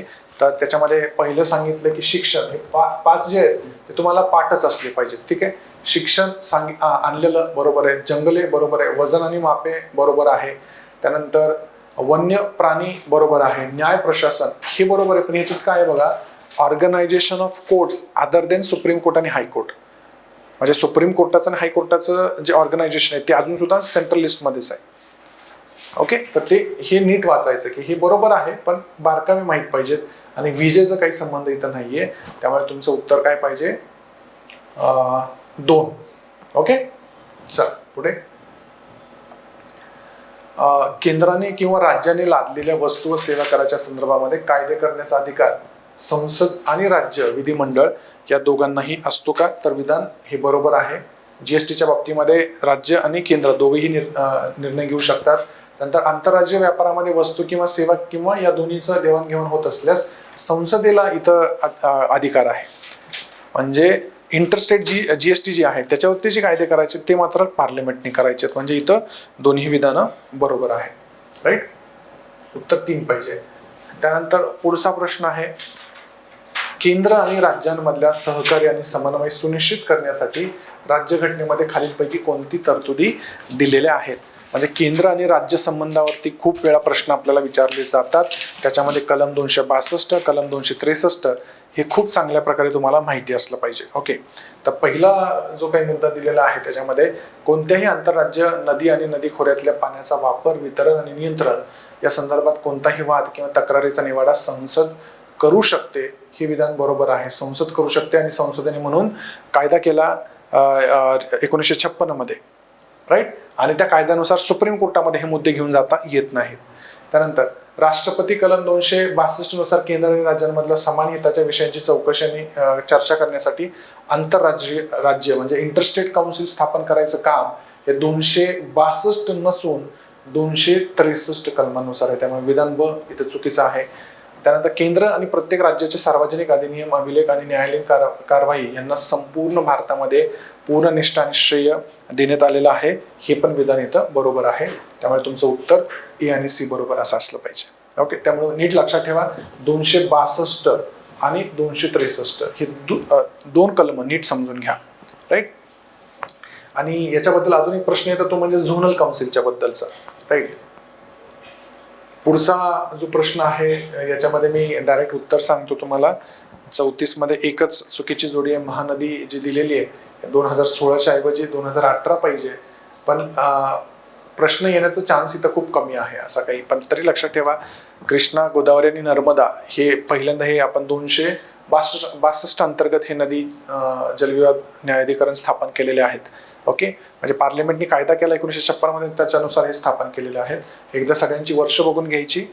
राईट, त्यानंतर 35वा प्रश्न आहे विभागीय परिषदेबद्दल. विभागीय परिषद ह्याच्याबद्दल खूप प्रश्न विचारले जातात. झोनल काउन्सिलच्या बाबतीत तुम्हाला सगळं काही माहीत पाहिजे. ओके, पहिला प्रश्न आहे की त्यांच्या स्थापना 1956च्या राज्य पुनर्रचना अधिनियमानुसार झालेली आहे, तर हे बरोबर आहे. स्टेट रिऑर्गनायझेशन ऍक्ट जो होता त्याच्यामध्ये त्यांची स्थापना झाली. पंतप्रधान हे विभागीय परिषदांचे अध्यक्ष असतात. लक्षात घ्या, पंतप्रधान अध्यक्ष नसतात, तर त्याचे होम मिनिस्टर हे भारताचे गृहमंत्री त्याचे अध्यक्ष असतात. आणि विभागीय परिषदा सल्लागार मंडळी म्हणून काम करतात. ऑब्व्हियसली हे काही कोणावरती बंधनकारक नाहीये, ॲडवायझरी बॉडीज असं आपण म्हणतो झोनल काउन्सिलला. त्याच्यावरती दुसरा एक अजून प्रश्न विचारला जातो ते म्हणजे झोनल काउन्सिल्स या स्टॅट्युटरी बॉडी आहेत. राईट, त्याच्यामध्ये कोणतं राज्य north east, south west, north ईस्टची काउन्सिल आपण नंतर कायद्याने 1971-72 मध्ये निर्माण केली, तर कुठलं राज्य कुठल्या झोनल काउन्सिलमध्ये येतं एकदा हे पण बघून घ्या, त्याच्यावरती प्रश्न तुम्हाला विचारला जाऊ शकतो. ओके, त्यानंतर राष्ट्रीय आणीबाणीविषयी खालील विधाने विचारात घ्या. पुढचा प्रश्न आहे त्याच्यामध्ये पहिलं जे विधान आहे की युद्ध किंवा परकीय आक्रमणच्या आधारावरती उद्घोषित आणीबाणी बाह्य आणीबाणी म्हणून ओळखली जाते किंवा त्याला एक्सटर्नल इमर्जन्सी असं म्हणतात. जर युद्ध किंवा परकीय आक्रमण झालं तर त्याला एक्सटर्नल इमर्जन्सी असं म्हटलं जातं. दुसरं विधान आहे की 1976ची जी घटना दुरुस्ती आहे 42वी राष्ट्रपतींना राष्ट्रीय आणीबाणीची घोषणा भारताच्या एखाद्या भागासाठी करण्याचा पण अधिकार देते, हे विधान बरोबर आहे. तिसरं जे विधान आहे ते मूळ घटनेमध्ये राष्ट्रीय आणीबाणीच्या घोषणेचा तिसरा आधार ही अंतर्गत शांतता असा आहे. आता लक्षात घ्या, आधी अंतर्गत अशांतता असं होतं, पण ते आपण नंतर, इथं काय त्यांनी विचारलं की मूळ घटनेमध्ये, म्हणून हे बरोबर आहे. पण आत्ता जर तुम्हाला विचारलं तर ते आर्म्ड रिबेलियन आहे. 1975 मध्ये तुम्ही बघाल की भारतामध्ये या तरतुदीचं मिसयूज केलं गेलं आणि म्हणून आपण पुढे घटना दुरुस्ती करून त्याच्यामध्ये आर्म्ड रिबेलियन हा शब्द ऍड केलेला आहे 44वी घटना दुरुस्ती करून. ओके, तर तिन्ही विधान इथं बरोबर पाहायला मिळतात. त्यानंतर 37वा प्रश्न आहे, 36व्या घटना दुरुस्ती कायद्याद्वारे राष्ट्रीय आणीबाणीची घोषणा न्यायिक पुनर्विलोकन किंवा ज्युडिशियल रिव्ह्यू कक्षेच्या बाहेर करण्यात आली होती. पण ते 36वी आहे का? जेव्हा पण एमर्जन्सीच्या बद्दलची घटना दुरुस्ती येते तेव्हा तुम्हाला 38, 42 आणि 44 माहीत असल्या पाहिजे. तर इथं 36वी नसून 38वी आहे, त्यामुळे पहिलं विधान चुकीचं आहे. त्यानंतर दुसरं आहे, मिनर्वा मिल्स खटल्यामध्ये सर्वोच्च न्यायालयाने आणीबाणीला दृष्टवृत्तीच्या आधारावरती आव्हान देता येऊ शकेल असा निर्णय दिलेला आहे. ते विधान मात्र बरोबर आहे. मिनर्वा मिल्स केस 1980 मधली आहे. तर याच्यामध्ये तुमचं उत्तर 2 असलं पाहिजे. विधान ब हे बरोबर आहे फक्त. ओके, त्यानंतर पुढे, भारताच्या राष्ट्रपतींबाबत खालील विधानं विचारात घ्या. पहिलं विधान आहे की राष्ट्रपती संरक्षण दलाचे सरसेनापती असतात, कमांडर इन चीफ असतात. पहिलं विधान बरोबर आहे, राईट. त्यानंतर दुसरं आहे की भारताच्या संघ राज्याच्या कार्यकारी अधिकार राष्ट्रपतींकडे असतात. बरोबर आहे. तुम्हाला राष्ट्रपतींच्या बाबतीतची कलम सगळी माहीत असली पाहिजे, म्हणजे 52 पासून 61 पर्यंत, विशेषतः 52 ते 61 आणि तसेच तिकडं गव्हर्नरच्या बाबतीमध्ये 163 पासून पुढे 171 पर्यंतची कलम तुम्हाला माहीत असली पाहिजे. या कलमांच्या वरती वारंवार प्रश्न विचारले जातात.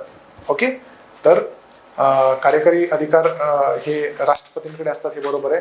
आणि कलम 54 नुसार राष्ट्रपतींची निवडणुकीची तरतूद त्याच्यामध्ये केलेली आहे, तेही विधान बरोबर आहे. ठीक आहे, तर हे कलम 53 आहे, कलम 54 निवडणुकीच्या बद्दलचं आहे. तर इथं उत्तर तुमचं पाहिजे 2, ABC सगळं बरोबर आहे. ओके, त्यानंतर सलग 2 वेळा उपराष्ट्रपती म्हणून निवडून येणाऱ्या व्यक्तींच्या मध्ये एस राधाकृष्ण आणि मोहम्मद हमीद अन्सारी यांचा समावेश होतो का? तर हे विधान बरोबर आहे. 2 वेळा जे निवडून आले ते हे दोघं होते. त्यानंतर पुढचा आहे की बिनविरोध निवडून आलेल्या उपराष्ट्रपतींच्या मध्ये राधाकृष्ण, हिदयतुल्ला आणि शंकर दयाल शर्मा यांचा समावेश होतो. हे विधान बरोबर आहे. लक्षात घ्या, तुमच्या पुस्तकांच्या मध्ये राष्ट्रपती आणि उपराष्ट्रपती यांचे जे तक्ते दिलेले असतील त्यांचं नीट विश्लेषण करून अभ्यास करा. टेस्ट आहे म्हणून इथं आपल्याला व्हाईस प्रेसिडेंट विचारलेले आहेत, पण परीक्षेमध्ये प्रामुख्याने आपल्याला राष्ट्रपतींच्या बद्दल विचारलेलं आहे. सगळ्यात जास्त काळ कोण होते, अनअपोज्ड कोण निवडून आले, ऑफिसमध्ये असताना कोणाचा मृत्यू झालेला आहे, किंवा उपराष्ट्रपती असणारे पुढे जाऊन राष्ट्रपती कोण झाले, असे अनेक प्रश्न त्याच्यामध्ये निर्माण होऊ शकतात. त्यामुळे तो तक्ता नीट समजून घ्या. पुस्तकांमधला थोडा पाठांतराचा भाग आहे, त्यामुळे इथं काही आपण जास्त वेळ घालवणार नाही. 40वा प्रश्न आहे की कलम 75 अन्वये राष्ट्रपती सह्य व सल्ला देण्यासाठी पंतप्रधानांच्या नेतृत्वाखाली एक मंत्रिमंडळ असेल. ही 75वी कलम नसून 74च्या कलमामध्ये ही तरतूद केलेली आहे. त्यामुळे पहिलं विधान चूक आहे. पुढचं विधान आहे की संसदेच्या कोणत्याही सभागृहाचा सदस्य नसलेला व्यक्ती पंतप्रधान होऊ शकतो ना. म्हणजे कॉन्स्टिट्यूशन म्हणजे तशी तरतूद आहे असं ना, आपण झालेलं आपण बघत नाही, पण मुख्यमंत्र्यांच्या बाबतीमध्ये पण तसंच लागू होतं. आणि उद्धव ठाकरेंचं तुम्ही उदाहरण महाराष्ट्रामध्ये घेऊ शकता की कुठल्याही सभागृहाचा सदस्य नसताना ते मुख्यमंत्री झाले. तसं पंतप्रधानही होता येतं, पण 6 महिन्याच्या आधी निवडून परत यावं लागतं, राईट. दुसरा एक महत्त्वाचा मुद्दा याच्यावरती विचारला जाऊ शकतो की राज्यसभेमधले सुद्धा जे व्यक्ती असतील ते पंतप्रधान होऊ शकतात, पण इंग्लंडमध्ये असं करता येत नाही. इंग्लंडमध्ये तुम्ही लोकसभेचे सदस्य लागता, त्यांची लोकसभा नाही, त्यांचा हाऊस ऑफ पीपल जे असेल, हाऊस ऑफ कॉमन्स, त्याच्यामधूनच पंतप्रधान निवडले जात असतात. ओके, चला पुढे जाऊया. 41वा प्रश्न आहे, केंद्रीय मंत्रिमंडळाबाबत खालील विधानं विचारात घ्या. त्याच्यामधलं पहिलं विधान आहे की मंत्रिमंडळ संसदेला सामुदायिकपणे जबाबदार असतं. आता पॉलिटीमध्ये तुम्हाला आयोग काय करतं बघा, सगळ्यांना पॉलिटी आवडतं कारण सगळ्यांना वाटतं सोपं आहे, पण त्याच्यामध्ये शब्दांचा खेळ खूप केलेला असतो. आता बघा, मंत्रिमंडळ संसदेला सामुदायिकपणे जबाबदार असतं. इंग्लिशमध्ये नीट वाचा, council of ministers is collectively responsible to the parliament असं दिलंय. तो पार्लिमेंटला रिस्पॉन्सिबल नसतात, ते लोकसभेला रिस्पॉन्सिबल असतात. ओके, त्यामुळं पहिलं विधान चूक आहे. नीट वाचायचं काय कोणाला विचारलंय ते. त्यानंतर 91वी घटना दुरुस्ती कायदा 2003 नुसार मंत्रिमंडळात सदस्यांची संख्या ही संसदेच्या एकूण सदस्य संख्येच्या 15% असली पाहिजे. परत लक्षात घ्या, संसदेच्या नाही, लोकसभेच्या 15% एवढी त्यांची संख्या असली पाहिजे. त्यामुळं दुसरं विधान इथं आपल्याला चूक असलेलं पाहायला मिळतं.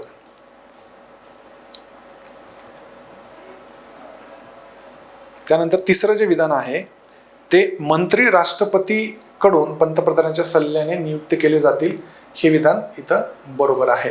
तर तुमचं उत्तर काय पाहिजे? 2 A आणि B हे चूक आहे, तिसरं बरोबर आहे. तर पुढचा प्रश्न कॅबिनेट समित्यांच्या बद्दलचा प्रश्न आहे. कॅबिनेट कमिटीच्या बद्दल विचारलाय. तर पहिलं विधान आहे की सदस्य संख्या 3 ते 8 असते, हे विधान बरोबर आहे.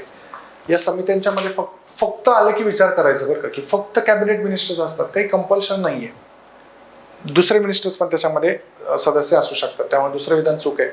आणि कॅबिनेटवरील कार्यभार कमी करणारे हे एक संघटनात्मक साधन आहे, ही बरोबर आहे. कॅबिनेट कमिटी म्हणजे काय, कॅबिनेट मिनिस्टरकडची काही कामं त्या कमिटीकडे दिलेली असतात. त्यामुळे इथं A आणि C बरोबर आहे. 2 हे आपलं उत्तर असलं पाहिजे. पुढे राष्ट्रपती हे संसदेच्या कोणत्याही सभागृहाचे सदस्य नसतात, मात्र ते संसदेचे अविभाज्य भाग आहेत. बरोबर आहे ना. भारताचा राष्ट्रपती हे लोकसभेचे पण नसतात आणि राज्यसभेचे पण नसतात, तरी पण ते खूप इम्पॉर्टंट पार्ट आहेत पार्लिमेंटचे. का आहेत? त्यातलं पहिलं जे विधान आहे ते सांगतं आपल्याला की विधेयक त्यांच्या संमतीविना कायद्यात परावर्तित होत नाही. बरोबर आहे. कॉन्स्टिट्यूशनल अमेंडमेंट बिल असेल, मनी बिल असेल, फायनान्स बिल असेल, ऑर्डिनरी बिल असेल, प्रत्येकावरती राष्ट्रपतींची सही लागते, मगच ते कायद्यामध्ये त्याचं परावर्तित होतं. त्यामुळे पहिलं विधान बरोबर आहे. त्यानंतर संसदेच्या अधिवेशनात बोलवतात आणि स्थगित करतात, म्हणजे समन करतात आणि प्रोरोग करतात, प्रेसिडेंटच करतात. कन्फ्यूज आपल्याला काय करतात की स्पीकर काय करतो, तिथे ॲडजर्नमेंट करतो. ओके. त्यानंतर ते संसद विसर्जित करू शकतात, हे विधान बरोबर आहे. संसदेच्या दोन्ही सभागृहांसमोर अभिभाषण करतात, बरोबर आहे, वर्षातून 2 वेळाच ते करतात. त्यानंतर संसदेच्या विराम काळामध्ये अध्यादेश ते काढू शकतात, कलम 123 नुसार ऑर्डिनन्स सुद्धा ते काढू शकतात. त्यामुळं इथं विधानं सगळी बरोबर आहेत. आता एक प्रॉब्लेम आहे याच्यामध्ये, मी ऍक्च्युली म्हणतोय की विधानं सगळी बरोबर आहेत, सगळी बरोबर नाही आहेत. इथे त्यांनी काय सांगितले, मराठीमध्ये कधी कन्फ्युजन होतं, ते संसद विसर्जित करू शकतात. इंग्लिशमध्ये बघा, he can dissolve the parliament. आता इथं प्रॉब्लेम आहे. पण आपल्याला ऑलरेडी कॉन्स्टिट्यूशनमध्ये सांगितलं की Rajya Sabha he is a permanent house, कंटिन्युइंग chamber त्याला म्हणतात, आणि तिथं कधीही विसर्जित केली जाऊ शकत नाही राज्यसभा. त्यामुळे पूर्ण जेव्हा पार्लिमेंट विसर्जित करू शकतात म्हणतात, तेव्हा त्याच्यात लोकसभा प्लस राज्यसभा येते. त्यामुळे हे चुकीचं आहे, कारण लोकसभेला विसर्जित करू शकतात, राज्यसभेला कधीही करू शकत नाही, कारण हे परमनंट हाऊस आहे. राईट. ऍक्च्युली हे विधान इथं चुकीचं आहे. राईट. तुमचं उत्तर असतं पाहिजे A, B, D आणि E बरोबर. ओके. पुढे त्यामुळे इथं वाचणं खूप जास्त गरजेचं आहे. राज्यसभेबद्दलचे खालील विधान विचारात घ्या, असा प्रश्न आहे. पहिला आहे की राज्यसभेची रचना ही कलम 79 मध्ये येते. ऍक्च्युली कलम 80 मध्ये येत असते. परत खूप बारकावे याच्यामध्ये आहेत, कलमांचे इतके विचारले गेलेले नाही आहेत, म्हणजे मागे तुम्हाला कलम सांगितली तेवढीच पाठ असली पाहिजेत. लोकसभा राज्यसभेमधले काय माहित पाहिजे तुम्हाला, 108 माहित पाहिजे, जॉईंट सेटिंगच्या बद्दलचं 111 माहित पाहिजे, म्हणजे 111 पासून ते 116 पर्यंत हे माहित असले पाहिजे, महत्वाचे. ओके. राष्ट्रपतींच्या बाबतीत आपण बोललो. त्यानंतर तेलंगणा, आसाम, पंजाब यांचा राज्यसभेमध्ये प्रत्येकी 7 सदस्य आहेत, आणि म्हणजे B आणि C दोन्ही फॅक्च्युअल आहेत, पण दोन्ही बरोबर आहेत, लक्षात ठेवा. इथं परत सगळ्या पुस्तकांच्या मध्ये तक्ते दिलेले असतील बघा, की लोकसभेचे किती आहेत, राज्यसभेचे किती सदस्य आहेत. ज्या ज्या राज्यांमध्ये अलीकडे इलेक्शन झालेलं असते, कमीत कमी त्या राज्यांची तरी आकडेवारी बघून चला, परीक्षेमध्ये विचारण्याची जास्त शक्यता असते. ज्या राज्यांची सारखी संख्या असेल अशी काही राज्य बाजूला काढा, काही ट्रिक बनवण्याचा प्रयत्न करा, तुम्हाला ऑटोमॅटिकली ते लक्षात राहतील. पाठांतर करत बसू नका, काही ट्रिक त्याच्यासाठी निर्माण करू शकता तुम्ही. ओके. त्यानंतर 45वा प्रश्न आहे, प्रमाणशीर प्रतिनिधित्व प्रणालीबद्दल खालील विधानं विचारात घ्या. म्हणजे प्रोपोर्शनल रिप्रेझेंटेशन सिस्टीम, जे आपण पंतप्रधान असतील किंवा राष्ट्रपती असतील, राज्यसभेचे चेअरमन असतील, किंवा विधान परिषदेमधले सदस्य असतील, राज्यसभेमधले सदस्य असतील, यांच्या निवडीसाठी जी पद्धत वापरतो आपण, त्याला प्रोपोर्शनल रिप्रेझेंटेशन सिस्टीम असं म्हणत असतो. त्याच्याबद्दल काही विधानं दिलेली आहेत. पहिलं जे विधान आहे की ही प्रणाली अल्पसंख्याक विचार प्रवाह आणि हितसंबंध गट यांना प्रोत्साहन देते. आता बघा लॉजिकली तुम्ही कसं सोडवणार. तुम्ही अलीकडेच महाराष्ट्रामध्ये विधान परिषदेचे इलेक्शन झालं, तर त्याच्यामध्ये हितसंबंधी गट होते का? आपण निवड कशातनं करतो? शिक्षक मतदारसंघातनं किंवा पदवीधर मतदारसंघातनं. हे तर काय आहे, हितसंबंधांचे गट आहेत. तर ही जी प्रणाली आहे याच्यामध्ये हितसंबंधाच्या गटांना जास्त प्रोत्साहन दिलं जातं. हे विधान बरोबर आहे. आणि ही प्रणाली पक्ष पद्धतीचे महत्व वाढवते आणि मतदारांचे महत्व कमी करते. बरोबर आहे, कारण डायरेक्ट कुठलाही व्यक्ती मतदान करणार नसतो, त्यामुळे व्यक्तीचं तिथं महत्व कमी होतं. दोन्ही विधान याच्याबद्दलचे बरोबर आहेत. आणि म्हणून लोकसभेमध्ये आपण first past the post system ही पद्धत वापरत असतो. राईट, म्हणजे कॉन्स्टिट्युएंट असेंब्लीमध्ये याच्यावरही खूप डिबेट झाला होता की कुठली पद्धत वापरली पाहिजे. ओके, 46वा प्रश्न आहे, राज्यसभेसाठी निवडणूक लढवणारा उमेदवार त्या राज्यातला असावा. ही अट 2000 साली काढून टाकली असं म्हटलेलं आहे, पण ही 2003 मध्ये काढून टाकलेली आहे. त्यामुळे हे विधान चूक आहे. त्यानंतर पुढचं आहे की 2006 मध्ये सर्वोच्च न्यायालयाने या बदलाची घटनात्मक वैधता कायम ठेवलेली. हे विधान मात्र बरोबर आहे. 2003 आणि 2006 अशा प्रकारे हे लक्षात ठेवा. ओके, पुढचा प्रश्न आहे, खालील विधान विचारात घ्या. जर एखादी व्यक्ती संसदेच्या दोन्ही सभागृहामध्ये निवडून आली तर त्या व्यक्तीने 15 दिवसांच्या मध्ये, तर इथं दिवस सांगितलेत आपल्याला की 15 दिवसांच्या मध्ये कोणत्या ह्याच्यामध्ये राहायचं, सभागृहात राहायचं ते सांगायचंय. नाहीतर अशा नाही सांगितलं तर काय होणार आहे की अन्यथा त्यांची राज्यसभेतली जागा रिक्त होते. पण इथं प्रॉब्लेम काय की इथं दिवस त्यांनी दिलेत 15 दिवस. राईट, किती दिवस सांगितलेत? 15 दिवस. इथं 15 दिवसांचा कालावधी नसतो. किती दिवसांमध्ये सांगायचंय? 10 दिवसांमध्ये सांगायचंय. त्यामुळे हे विधान, पहिलं विधान चूक आहे. त्यानंतर दुसरं विधान आहे, जर एखादी व्यक्ती सभागृहाच्या 2 जागांवरती निवडून आली तर त्या व्यक्तीनं एका जागेची निवड करायची, अन्यथा दोन्ही जागा रिक्त होतात. हे मात्र बरोबर आहे. म्हणजे थोडक्यात तुम्हाला काय माहित पाहिजे तर इथं कलम आर्टिकल 101 वेकेशन ऑफ सीट्स म्हणून आहे, ते तुम्हाला माहित असलं पाहिजे. त्याच्यामध्ये काय होतं, कुठली सीट जाते, कुठली राहते. असं सेम पद्धत विधानसभा आणि विधान परिषदेमध्ये झाली तर 14 दिवसांच्या आत सांगायचं असतं. वरती झाली राज्यसभा लोकसभेमध्ये 10 दिवसांच्या मध्ये सांगायचं असतं. ओके, तर तुम्ही जर याच्यातल्या तरतुदी बघितल्या 101 मधल्या, तुमचा प्रश्न चुकणार नाही. राईट, तर त्या तरतुदी एकदा बघून घ्या. त्यानंतर 48वा प्रश्न आहे,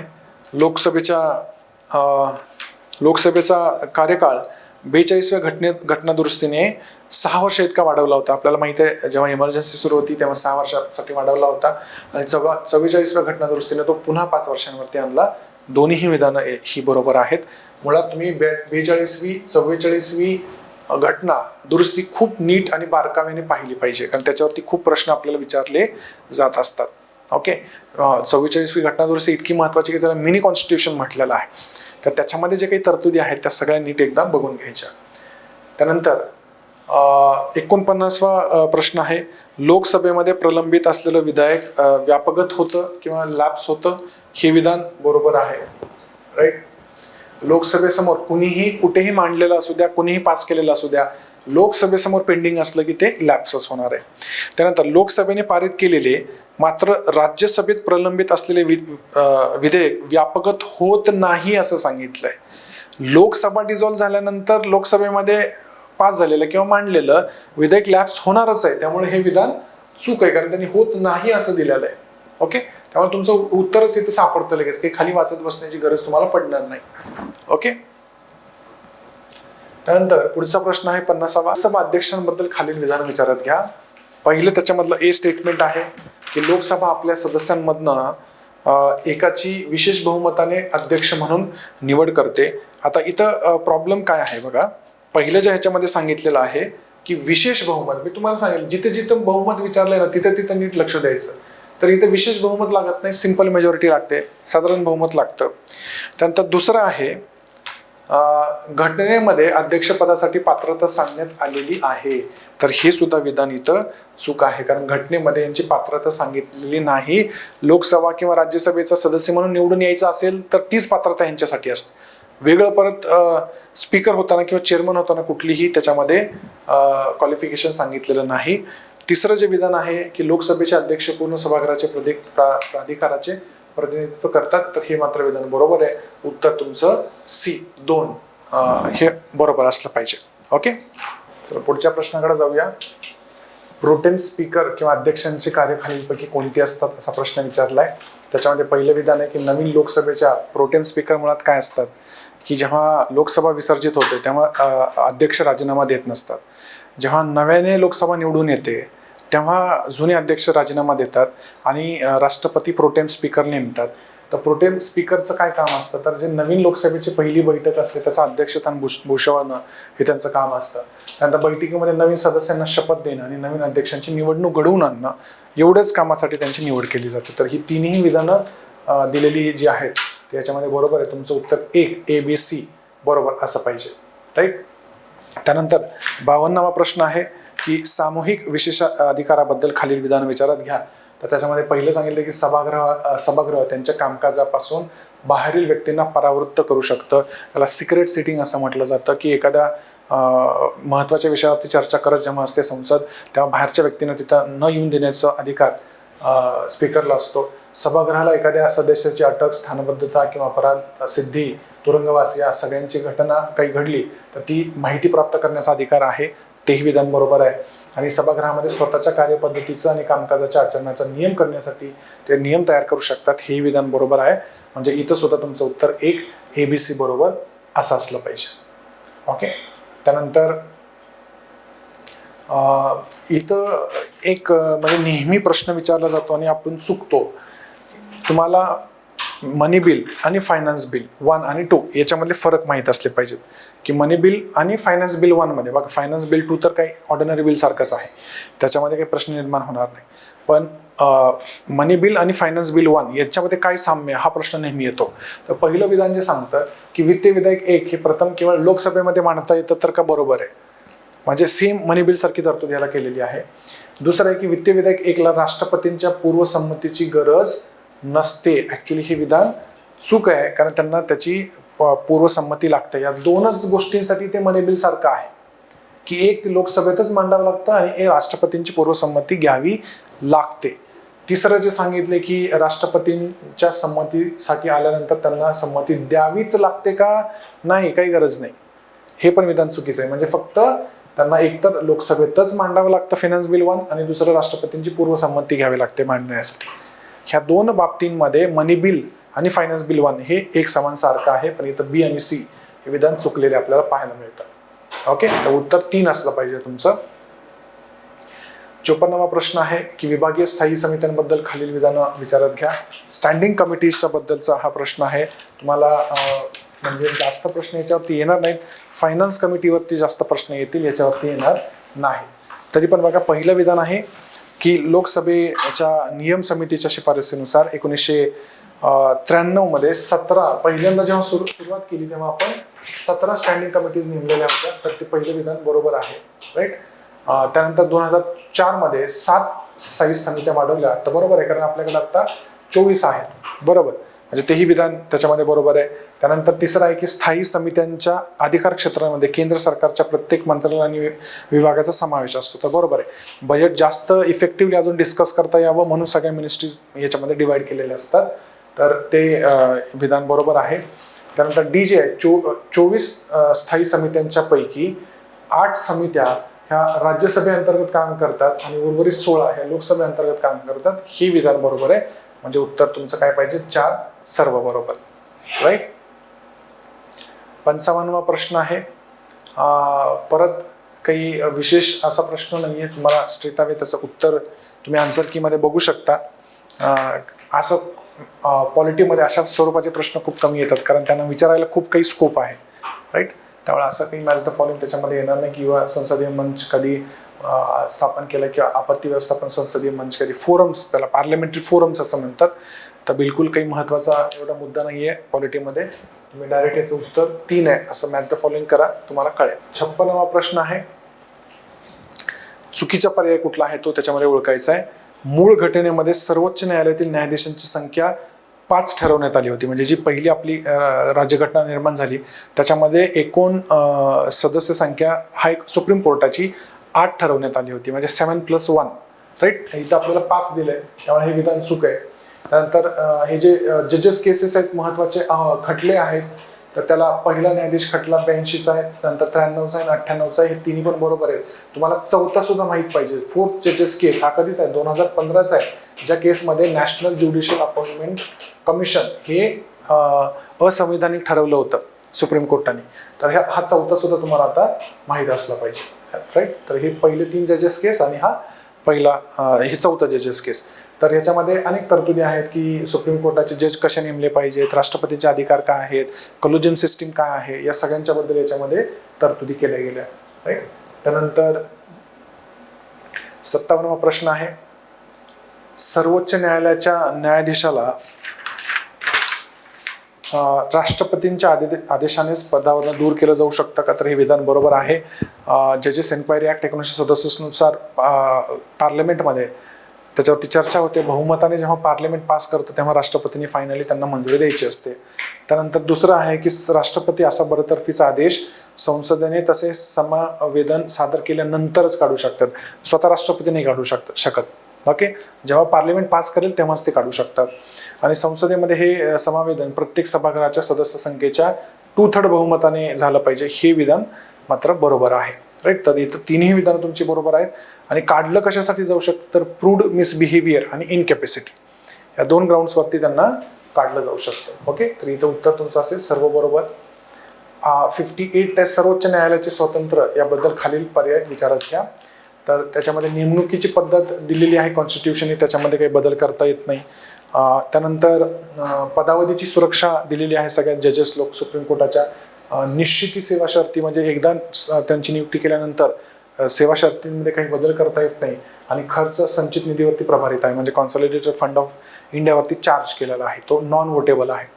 पार्लमेंट त्याच्याबद्दल काही वोट करत नाही. हाही खूप महत्त्वाचा मुद्दा आहे, राईट. तर अशी एक कॉन्स्टिट्युशनल बॉडी आहे की ज्याचा खर्च हा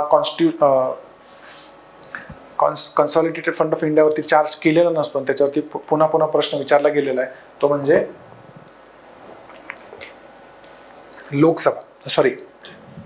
इलेक्शन कमिशन. ओके, इलेक्शन कमिशनचा खर्च हा कॉन्सॉलिडेटेड फंड ऑफ इंडियावरती चार्ज केलेला नाही. ही खूप महत्त्वाची एक बाब आहे, नेहमी लक्षात ठेवा. याचं उत्तर 1 वरील सर्व बरोबर असेल. त्यानंतर 59चं उत्तर आहे, प्रारंभिक अधिकार क्षेत्र म्हणजे सुप्रीम कोर्ट. मी सांगितलं तुम्हाला सुप्रीम कोर्टाचे आणि हायकोर्टाचे सगळे आर्टिकल्स तुम्हाला पाठ असले पाहिजेत किंवा माहीत असले पाहिजेत, राईट. म्हणजे विशेषतः 124 पासनं सगळेच नाही, असे काही महत्त्वाचे जे चर्चेमध्ये आलेले आहेत असे काही महत्त्वाचे तुम्हाला माहीत असले पाहिजेत. तर प्रारंभिक अधिकार क्षेत्र म्हणजे ओरिजिनल ज्युरिडिक्शन कलम 131 आहे. त्यानंतर घटनात्मक प्रश्नांसंबंधित प्रकरणांमध्ये अपील करणं 132 ऑब्विसली. आणि फौजदारी प्रकरणांमध्ये अपील करणे 134. हे सगळेच विधानं याचे बरोबर आहेत, म्हणजे एकही चुकीची जोडी नाही आहे. तुमचं उत्तर 4 असलं पाहिजे. ओके, त्यानंतर 60वा प्रश्न जो आहे, परत हे कायदे जे आहेत, हे जे महत्त्वाचे कायदे आहेत त्याच्यामध्ये तेच कायदे तुम्हाला विचारले जातील. जे महत्त्वाचे कायदे नाहीत त्याच्यामध्ये तुम्हाला विचारले जाणार नाहीत, राईट. आणि जर समजा आता दिल्ली विधी कायदा आहे, केरळ शिक्षण विधेयक असेल, जर तुम्हाला कायद्यांचं वर्ष माहीत नसेल तर शक्यतो तुम्ही ऑल ऑफ द अबव करू शकता, माहीत नसेल तर. कारण मुळात सगळेच खूप प्रश्न सोडवणार आहेत आणि 1/4 असल्या कारणानं आता काही सोडून देण्याचा काही पर्याय आपल्यासमोर राहत नाही, राईट. महत्त्वाचे जसे आहे शंकरी प्रसाद केस आहे, गोलकनाथ केस आहे, तर मिनर्वा मिल्स केस आहे, त्यानंतर काय म्हणतात त्याला केशवानंद भारती केस आहे, राईट. अशा ज्या काही महत्त्वाच्या घटना आहेत, मनेका गांधी केस आहे, हे तुम्हाला माहीत असले पाहिजे. Indira Sawhney versus union of India Mandal case ज्याला म्हणतो, असे महत्त्वाचे जे खटले आहेत त्याच खटल्यांचे वर्ष लक्षात ठेवा. सगळेचे सगळे खटले पाठ होणार आपल्याला नाहीत, राईट. हे खटले दिलेले जे आहेत तुम्हाला सगळे बरोबर आहेत. बरोबर युनियन खटला हा पण एक त्याच्यामधला महत्त्वाचा खटला आहे. तर हे सगळेच दिलेले वर्ष आणि खटले त्याच्यामध्ये बरोबर आहे. ओके, त्यानंतर 61 आहे, सर्वोच्च न्यायालयाच्या प्रारंभिक अधिकार क्षेत्राबद्दल खालील विधानं विचारात घ्या. म्हणजे जे ओरिजिनल ज्युरिडिक्शन आहे त्याच्याबद्दल काही महत्त्वाचे दिलेले आहेत. सर्वोच्च न्यायालय हे अधिकार क्षेत्र असमावेशक नाही, राईट. पहिलं जे विधान आहे हे अधिकार क्षेत्र असमावेशक नाहीये, म्हणजे इंग्लिशमध्ये बघायचं jurisdiction of supreme court is not exclusive असं सांगितलेलं आहे. जर ओरिजिनल ज्युरिडिक्शन असेल तर ते काय आहे, ओरिजिनल आणि एक्सक्लुझिव्ह आहे. इथे सांगितले की नॉट एक्सक्लुझिव्ह आहे, ते विधान चुकीचं आहे. त्यानंतर दुसरं विधान असं आहे की कोणताही तह, करार इत्यादी मधून उद्भवणारी तंटा सर्वोच्च न्यायालयात या अधिकार क्षेत्रामध्ये येत नाही, हे विधान बरोबर आहे. तिसरं आहे की आंतरराज्य जलविवाद या अधिकार क्षेत्रात येत नाहीत, हे विधान बरोबर आहे. म्हणजे बी आणि सी हे विधान याच्यामध्ये बरोबर आहे. ओके. त्यानंतर 62वा प्रश्न आहे. याच्यामध्ये कलम 126 हा हंगामी सरन्यायाधीशांच्या नेमणुकीसंबंधीचा आहे. तर लक्षात ठेवा, याच्यामध्ये तुम्हाला काय विचारलं जाऊ शकतं. मी सांगितलं की कलमांच्या मध्ये बऱ्याचदा काय करतं, खूप बारकावे मध्ये फरक करतं. म्हणजे 26च्या ठिकाणी 27 देणं, असे काही फरक याच्यामध्ये केलेले आपल्याला पाहायला मिळतात. म्हणजे हंगामी सरन्यायाधीश जर तुम्ही म्हटलात तर हे 127 मध्ये, 126 मध्ये नाही. आणि म्हणून सांगितलं की सुप्रीम कोर्टाच्या मुळे तुम्हाला सगळेच आर्टिकल्स पाठ असणं गरजेचं आहे. पहिलं विधान चुकीचं आहे इथं. दुसरं आहे की राष्ट्रपती हंगामी सरन्यायाधीश यांची निवड करतात, हे पण चूक आहे. हे CGI जे असतात, म्हणजे प्रमुख भारताचे सरन्यायाधीश असतात, जे त्यांची निवड करत असतात.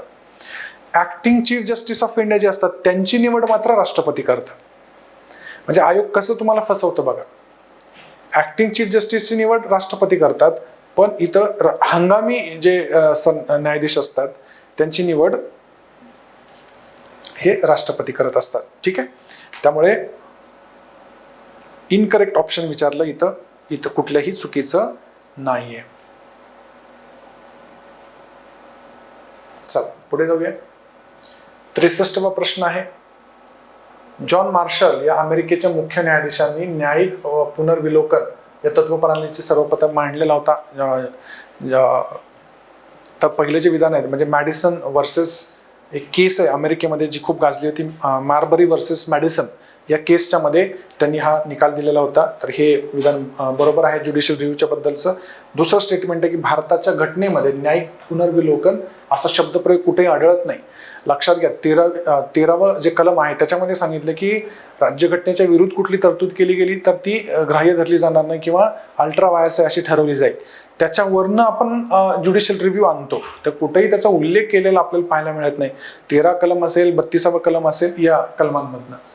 त्यानंतर न्यायिक पुनर्विलोकन म्हणजे फक्त केंद्र सरकारच्या कायद्याची घटनात्मकता तपासणं आहे का, तर नाही, राज्यांच्या पण कायद्याची घटनात्मकता आपण याच्यामध्ये तपासू शकतो. त्यामुळे तिसरं विधान इथं चुकीचं असलेलं पाहायला मिळेल तुम्हाला. ओके. म्हणजे फक्त ए इथं फक्त ए बरोबर आहे, कारण हे बी चुकीचं आहे कारण शब्द असा कुठं आढळत नाही. आणि शेवटचं पण चुकीचं आहे कारण केंद्र आणि राज्य दोघांच्याही कायद्यांचे तिथं ज्युडिशियल रिव्ह्यू मध्ये बघितले जाऊ शकतात. त्यानंतर जनहित याचिका पब्लिक इंटरेस्ट लिटिगेशनच्या बद्दलचा हा प्रश्न आहे.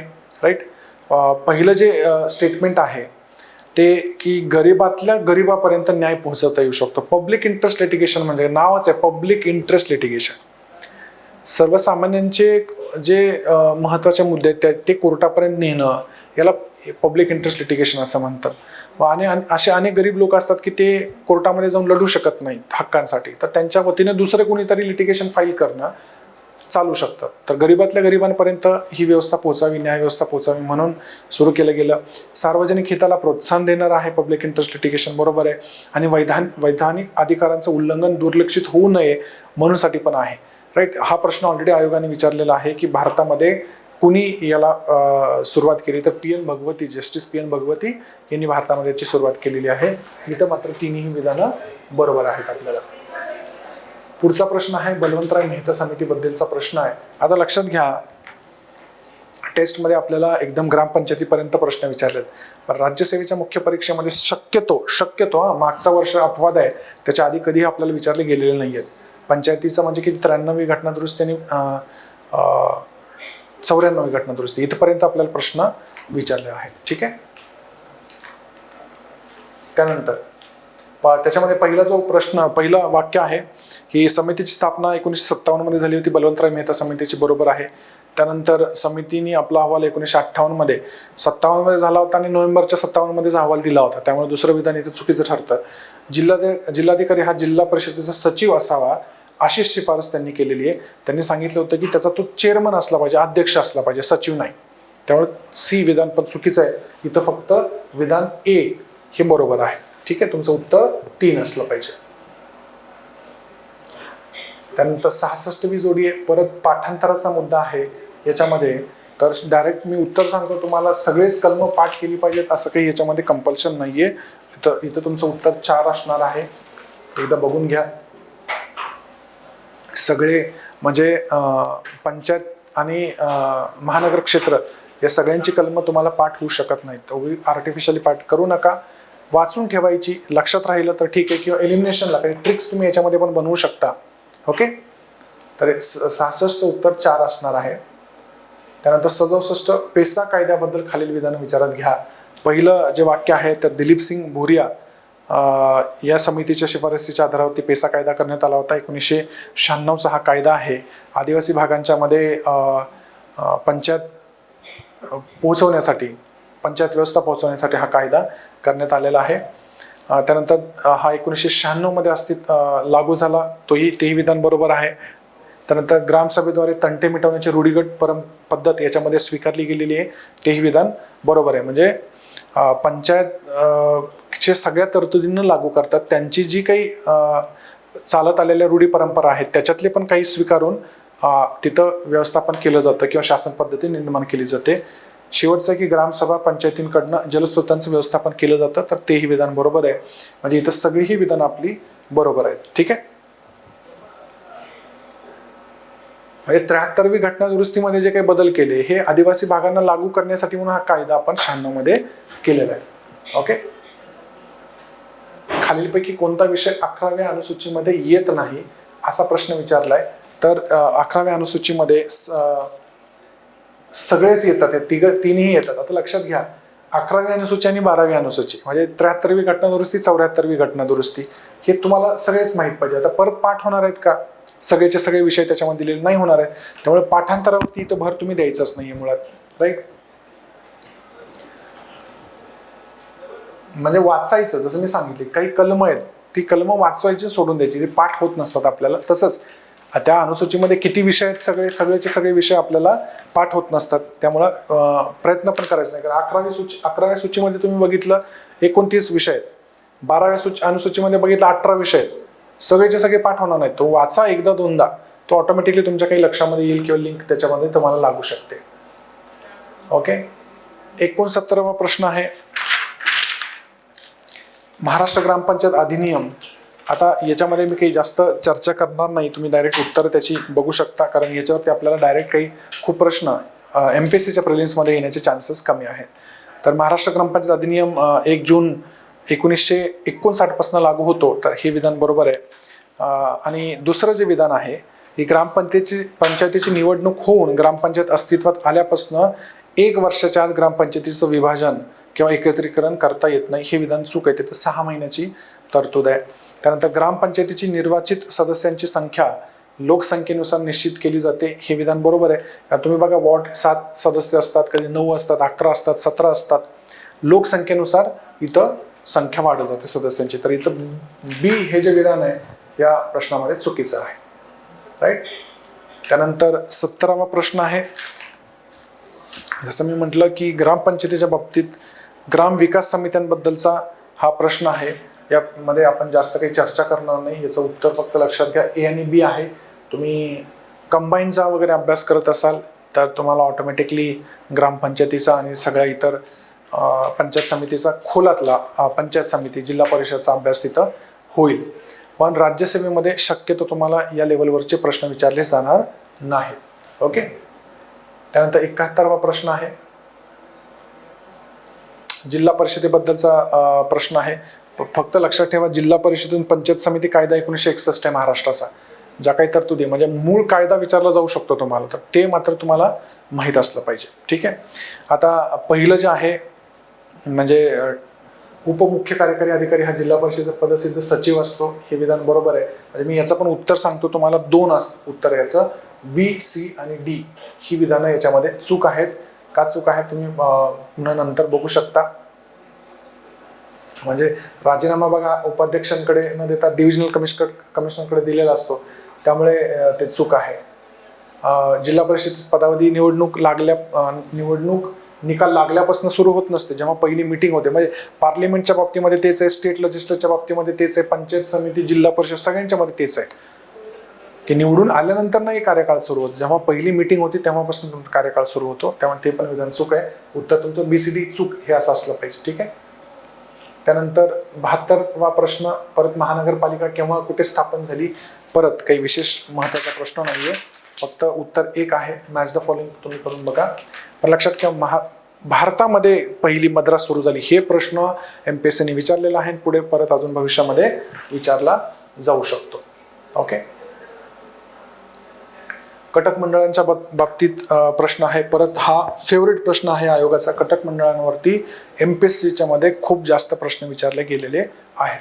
तर पहिलं विधान जे आहे की मुख्य कार्यकारी अधिकारी हा कटक मंडळाचा आणि त्यांच्या सर्व समित्यांचा सदस्य सचिव असतो, ते विधान बरोबर आहे. त्यानंतर कटक मंडळाचा प्रमुख लष्करी अधिकारी हा पदसिद्ध अध्यक्ष असतो. जे कमांडिंग ऑफिसर असतात तेच कटक मंडळाचे अध्यक्ष असतात. इथं निवडून आलेला हा उपाध्यक्ष असतो. राईट.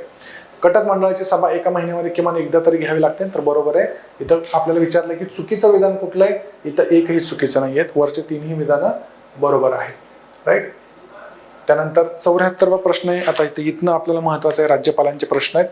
पहिलं विधान आहे की राज्यपाल लोकसेवा आयोगाच्या अध्यक्ष आणि सदस्यांची नेमणूक करतात, तसंच त्यांना पदावरून पण दूर करतात. लक्षात घ्या, नेमणूक करू शकतात पण पदावरून दूर करायचं काम राष्ट्रपती करतात. त्यामुळे पहिलं विधान चूक आहे. दुसरं विधान सांगतं की राष्ट्रपती जेव्हा उच्च न्यायालयातील न्यायाधीशांच्या नेमणुका करतात तेव्हा त्यांना संबंधित राज्याच्या राज्यपालांचा विचार घ्यावा लागतो, हे बरोबर आहे. राज्याच्या कार्यकारी अधिकारी राज्यपालाच्या हाती असतात. कलम 163. जसं केंद्राचे एक्झिक्युटिव्ह पॉवर हे राष्ट्रपतींकडे असतात, तसे राज्यामधले एक्झिक्युटिव्ह पॉवर हे गव्हर्नरकडे असतात. ही विधानं बरोबर आहेत. आणि म्हणून सांगितलं तिकडे कलम 52, 53 आणि इकडे 163 हे तुम्हाला माहीत असलं पाहिजे. ओके. त्यामुळं इथं B आणि C हे बरोबर आहे. पहिलं विधान इथं चुकलेलं आहे. 75वा प्रश्न आहे, मुख्यमंत्री यांच्याबाबत काही प्रश्न आहेत. पहिला आहे की मुख्यमंत्र्यांचा राजीनामा म्हणजे संपूर्ण मंत्रिमंडळाचा राजीनामा, हे बरोबर आहे. त्यानंतर आणि एखाद्या मंत्र्याने राजीनामा दिला तर तो काही मंत्रिमंडळाचा राजीनामा नसतो. मुख्यमंत्री राज्यपालास केव्हाही विधानसभा विसर्जित करण्याचा सल्ला देऊ शकतात का, तर देऊ शकतात. C आहे की कलम 167 नुसार मुख्यमंत्र्यांची काही कर्तव्य देण्यात आलेली आहेत, बरोबर आहे. तसंच पंतप्रधानांची कर्तव्य आहेत कलम 78 मध्ये. तर असं समांतर कलम लक्षात ठेवा, तुम्हाला जास्त सोपं जाऊ शकतं अजून. राईट. तर याच्यामध्ये सगळी विधानं जी आपण बघितली ती बरोबर आहे. ठीक आहे. 76वा प्रश्न आहे बघा. विधानसभा विसर्जित झाल्यानंतरही राज्यपालांना सल्ला देण्यासाठी मंत्रिमंडळ अस्तित्वात असतं. खूप जास्त महत्वाचं आहे. राईट. जसं लोकसभा विसर्जित झाल्यानंतर किंवा विधानसभा विसर्जित झाल्यानंतर स्पीकर हे राजीनामा देत नाही, तसं काउन्सिल ऑफ मिनिस्टर सुद्धा ऍक्टिव्ह असतं, ते त्यांना सल्ला देऊ शकतात. पहिलं विधान बरोबर आहे. दुसरं विधान आहे की राज्यपालांचे स्वेच्छाधिकार वगळता त्यांना आपली कार्य पार पाडताना मंत्रिमंडळाच्या सल्ल्याची गरज असते. काउन्सिल ऑफ मिनिस्टरला विचारूनच त्यांना त्यांची कामं करावं लागतात. हे विधानही बरोबर आहे. तुमचं उत्तर इथं 3 असलं पाहिजे. A आणि B बरोबर आहे. त्यानंतर 77वा प्रश्न आहे, महाधिवक्ता पदाबद्दल खालील विधानं विचारात घ्या. कलम 165 मध्ये महाधिवक्ता या पदाची तरतूद केली गेलेली आहे, हे बरोबर आहे. त्यांची नेमणूक मुख्यमंत्री राज्यपालांच्या सल्ल्याने करतात. मुख्यमंत्री करत नाही, राज्यपालच नेमणूक करतात. त्यामुळे दुसरं विधान इथं चुकीचं ठरतं. C विधान जे आहे की ते राज्य सरकारचे सर्वोच्च कायदा अधिकारी असतात, हे विधान बरोबर आहे. म्हणजे तिकडे बघा कलम 76 आणि इकडे 165 समांतर अभ्यास करायचा, लक्षात राहतं. त्यांना त्यांच्या कार्यकाळात खाजगी वकिली करता येत नाही. कोण सांगितलं? तुम्ही भारताचे आत्ताचे अटॉर्नी जनरल बघा, केंद्राचं पण काम करतात आणि स्वतःची प्रायव्हेट वकिली पण सुरू असते. त्यामुळे D विधान चूक आहे. A आणि C हे तुमचं उत्तर पाहिजे. A आणि C याच्यामध्ये बरोबर आहे. पण लक्षात घ्या कलम 165 आणि कलम 76 दोन्ही एकत्र अभ्यास करा.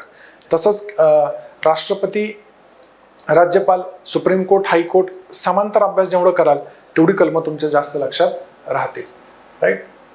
पुढचा प्रश्न आहे विधान परिषदेबद्दलचा प्रश्न आहे. राईट. पहिलं वाक्य, विधान परिषद नष्ट करणं किंवा ती निर्माण करण्याचा अधिकार हा संसदेला आहे, बरोबर आहे. कलम 169 नुसार ते निर्माण करू शकतात किंवा नष्टही करू शकतात.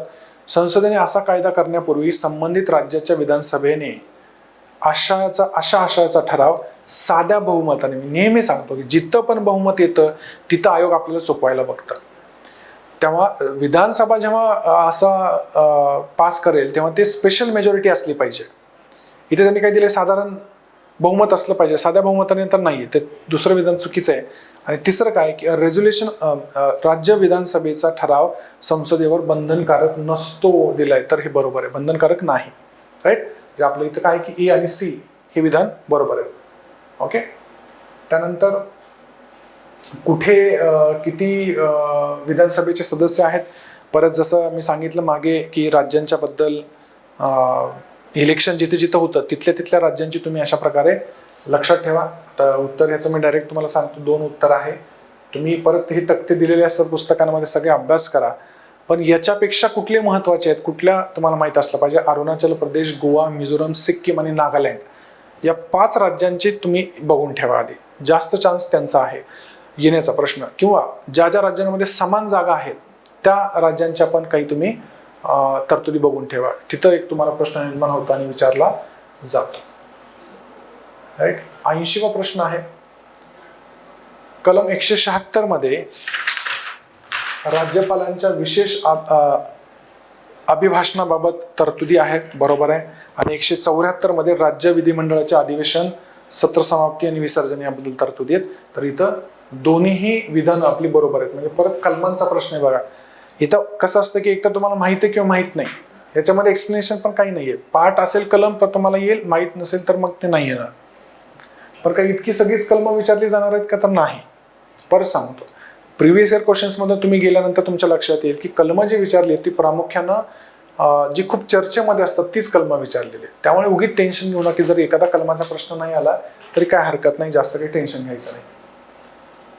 81वा प्रश्न आहे की अध्यक्ष विधानमंडळाच्या बैठकीचे अध्यक्षस्थान भूषवतात. परत नीट वाचायचं की अध्यक्ष आहेत, स्पीकर आहेत, आणि इथे त्यांनी सांगितलं की विधानमंडळाच्या. ते काय असलं पाहिजे, विधानसभेच्या बैठकीचे अध्यक्षस्थान भूषवतात. त्यामुळे पहिलं विधान इथं चुकीचं आहे. त्यानंतर त्यांना सभागृहामध्ये भारताची घटना, सभागृहाची कार्यपद्धती, नियम, परंपरा, अंतिम अर्थ लावण्याचा त्यांना अधिकार आहे, बरोबर. लोकसभेच्या पण आणि विधानसभेच्या दोन्हीही अध्यक्षांना अधिकार आहे. ते व्यवसायी सल्लागार समिती, सामान्य उद्देश समिती आणि नियम समितीचे अध्यक्ष असतात. परत सेम लोकसभेमध्ये पण आणि विधानसभेमध्ये पण. उत्तर परत काय सिद्ध होतं की समांतर अभ्यास करा, अजून जास्त सोपं तुम्हाला याच्यामधनं जाणार आहे. त्यामुळे इथं बी आणि सी बरोबर आहे असं तुमचं उत्तर पाहिजे. 1 हे उत्तर तुमचं पाहिजे. त्यानंतर 82वा प्रश्न आहे, कलम 214 ते कलम 231 मध्ये उच्च न्यायालयाच्या बाबतीत तरतुदी आहेत. मी सुरुवातीला सांगितलं तुम्हाला की या तरतुदी तुम्हाला करणं खूप जास्त गरजेचं आहे. सुप्रीम कोर्टाच्या, हायकोर्टाच्या पहिलं जे विधान आहे ते इथं बरोबर आहे, 214 ते 231 हे बरोबर आहे. त्यानंतर 5व्या घटना दुरुस्तीनुसार संसदेने 2 किंवा अधिक राज्यांच्या मध्ये एक सामायिक हायकोर्ट स्थापन करण्याचा अधिकार दिला असं वाक्य म्हणतं. पण आपल्याला माहिती आहे की 7व्या घटना दुरुस्तीमध्ये अशी तरतूद करण्यात आलेली आहे. त्यामुळे विधान ब हे इथे चुकीचं आहे.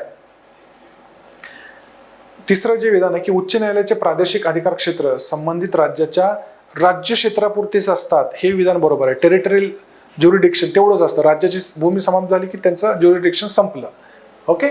तर ए आणि सी बरोबर हे तुमचं उत्तर असलं पाहिजे. त्यानंतर 83वा प्रश्न आहे की उच्च न्यायालयामध्ये कामं प्रलंबित जर खूप जास्त असतील तर 2 वर्षापेक्षा जास्त कालावधी नसल्यासाठी, म्हणजे 2 वर्षापेक्षा जास्त नाही एवढ्या कालावधीसाठी तिथं राष्ट्रपती उच्च न्यायालयामध्ये अतिरिक्त न्यायाधीश नेमू शकतात. इथं महत्वाचं काही चुकू कुठं शकता तुम्ही, तर 2च्या ऐवजी 1 केलेलं असतंय. तर हे नीट लक्षात ठेवा की हे 2च आहे. ओके. त्यानंतर दुसरं विधान आहे, जेव्हा मुख्य न्यायाधीशाच्या व्यतिरिक्त उच्च न्यायालयाच्या कायमस्वरूपी न्यायाधीशांच्या तात्पुरत्या अनुपस्थितीमुळे अथवा तो आपल्या पदाची कामं करू शकत नाही, तेव्हा राष्ट्रपती उच्च न्यायालयाचा प्रभारी न्यायाधीश नेमू शकतात. ही बरोबर आहे. दोन्ही विधान याच्यामध्ये बरोबर आहेत. तुमचं उत्तर ए आणि बी बरोबर असं पाहिजे. हा पेपर तुम्ही बघा इतका मोठा बनवला गेलेला आहे की पण राज्यसेवेच्या पूर्व परीक्षेमध्ये तुम्ही बघाल की 1 लाइनरची संख्या खूप जास्त असते. पण इथं हेतू काय की तुमचं रिव्हिजन व्हायला पाहिजे, तुमचा अभ्यास व्हायला पाहिजे, सगळ्या गोष्टींमधून तुम्ही एकदा वाचून गेला पाहिजे, म्हणून सगळे क्वेश्चन मल्टिपल ऑप्शन चॉईसचे केलेले आहे. तर इतका मोठा आयोगाचा पेपर नसतो. हा जवळजवळ 100 पानांचा पेपर आहे. ओके. हा तुमच्या रिव्हिजनसाठी. 84वा प्रश्न आहे, केंद्रीय प्रशासकीय न्यायाधिकरण स्थापना 1985 मध्ये करण्यात आलेली आहे असं पहिलं विधान म्हणतं, तर ते बरोबर आहे. दुसऱ्या विधानामध्ये केंद्रीय प्रशासकीय न्यायाधिकरणामध्ये 1 अध्यक्ष, 16 उपाध्यक्ष आणि 49 सदस्य असतात. आता बघा, हे तुमच्या पुस्तकांच्या मध्ये दिलेलं असेल, पण तुम्ही जर याच्या वेबसाईटला बघितलं म्हणजे तुम्हाला ट्रायब्युनल्स हे माहीत पाहिजे. कलम 323 आणि कलम 323A त्याच्यामध्ये कॅट एक आहे आणि इतर गोष्टींसाठी एक ट्रायब्युनल आहे, राईट. तर कॅटमध्ये सदस्य आता 69 आहेत त्या वेबसाईटवर जर जाऊन बघितलं तर. तसं तर मग दुसरं विधान इथं चुकीचं ठरतं. तुमच्या आन्सर कीनुसार, पुस्तकानुसार ते वेगळं असू शकतं, पण मूळ वेबसाईटवरती बघितलं तर 69 सदस्य त्याच्यामध्ये आहेत. त्यामुळे फक्त पहिलं विधान इथं आपण बरोबर धरूया आणि दुसरं विधान तिथं चूक करूया. ठीक आहे. त्यानंतर 85वा प्रश्न आहे, जिल्हा न्यायाधीशांना न्यायिक अधिकाराबरोबर प्रशासकीय अधिकार पण असतात. हे विधान बरोबर आहे. त्यानंतर त्यांना जिल्ह्यातल्या सर्व अधीनस्थ न्यायालयांवरती त्यांचा पर्यवेक्षणात्मक अधिकार असतो. सगळ्याच कोर्टाचा, हायकोर्टाचा भारतातल्या सगळ्या सुप्रीम कोर्टाचा भारतातल्या सगळ्या न्यायालयांवरती, हायकोर्टाच्या सगळ्या राज्यातल्या आणि जिल्हा न्यायालयाच्या सगळ्या जिल्ह्यातल्या न्यायालयांवरती असतो. जिल्हा न्यायाधीशांना मृत्यूदंडाची शिक्षा सुनावण्याचा अधिकार नाही असं म्हटलेलं आहे. बघा, आता फरक आहे की अधिकार त्यांना आहे, पण शिक्षा दिल्यानंतर ती हायकोर्टाने कन्फर्म केल्याशिवाय एक्झिक्यूट करता येत नाही. तर जिल्ह्याचे न्यायाधीश मृत्यूदंड देऊ शकतात का, तर देऊ शकतात, पण ती कन्फर्म करावं लागते हायकोर्टाने. त्यामुळे तिसरं विधान मात्र इथं चुकीचं आहे, राईट. तर तुमचं उत्तर असलं पाहिजे ए आणि बी बरोबर. ए आणि बी बरोबर. चौथा आहे ऑप्शन आपल्याकडे, राईट. 86वा प्रश्न बघा, विधी सेवा प्राधिकरण कायदा नोव्हेंबर 1995 मध्ये केला गेला. तर हा लीगल सर्व्हिसेस अथॉरिटी ऍक्ट खूप महत्त्वाचा कायदा आहे. लोक अदालत असेल, ग्राम न्यायालय असतील, हे ज्या सगळ्या आपण तरतुदी केलेल्या आहेत या कायद्याच्या आधारे केलेल्या आहेत. तर 1955 मध्ये तो कायदा पारित झाला होता. विधान बरोबर आहे. त्यानंतर या कायद्याच्या उद्दिष्ट समाजातल्या दुर्बल घटकांना, प्राप्त व्यक्तींना समान संधीच्या तत्वावर कायद्याचा मोफत सल्ला उपलब्ध करून देण्यासाठी. कारण कलम 39A मध्ये सांगितले फ्री लीगल एड ते देण्यासाठी, ते कृतीमध्ये आणण्यासाठी आपण हा कायदा केलेला आहे. दुसरे विधान बरोबर आहे. तिसरं जे विधान आहे की या भारताचे सरन्यायाधीश हे राष्ट्रीय विधी सेवा प्राधिकरणाचे कार्यकारी अध्यक्ष असतात. तर हे चुकीचं आहे. ते CJI नसतात, म्हणजे सरन्यायाधीश नसतात, तर सुप्रीम कोर्टाचा जो सगळ्यात सिनियर मोस्ट जज असेल तो त्याचा अध्यक्ष असतो. त्यामुळे तिसरं विधान मात्र इथं चुकीचं आहे. ए आणि बी बरोबर हे तुमचं उत्तर असलं पाहिजे. ओके. त्यानंतर 87वा प्रश्न आहे की नागालँड राज्याच्या बाबतीमध्ये विधानसभे ठरावाद्वारे संमती दिल्याशिवाय लागू होत नाहीत. कुठल्या अशा तरतुदी आहेत की नागालँडच्या विधानसभेने संमती दिल्याशिवाय लागू होत नाहीत? इथं दिलेल्या सगळ्याच तरतुदी ह्या बरोबर आहेत.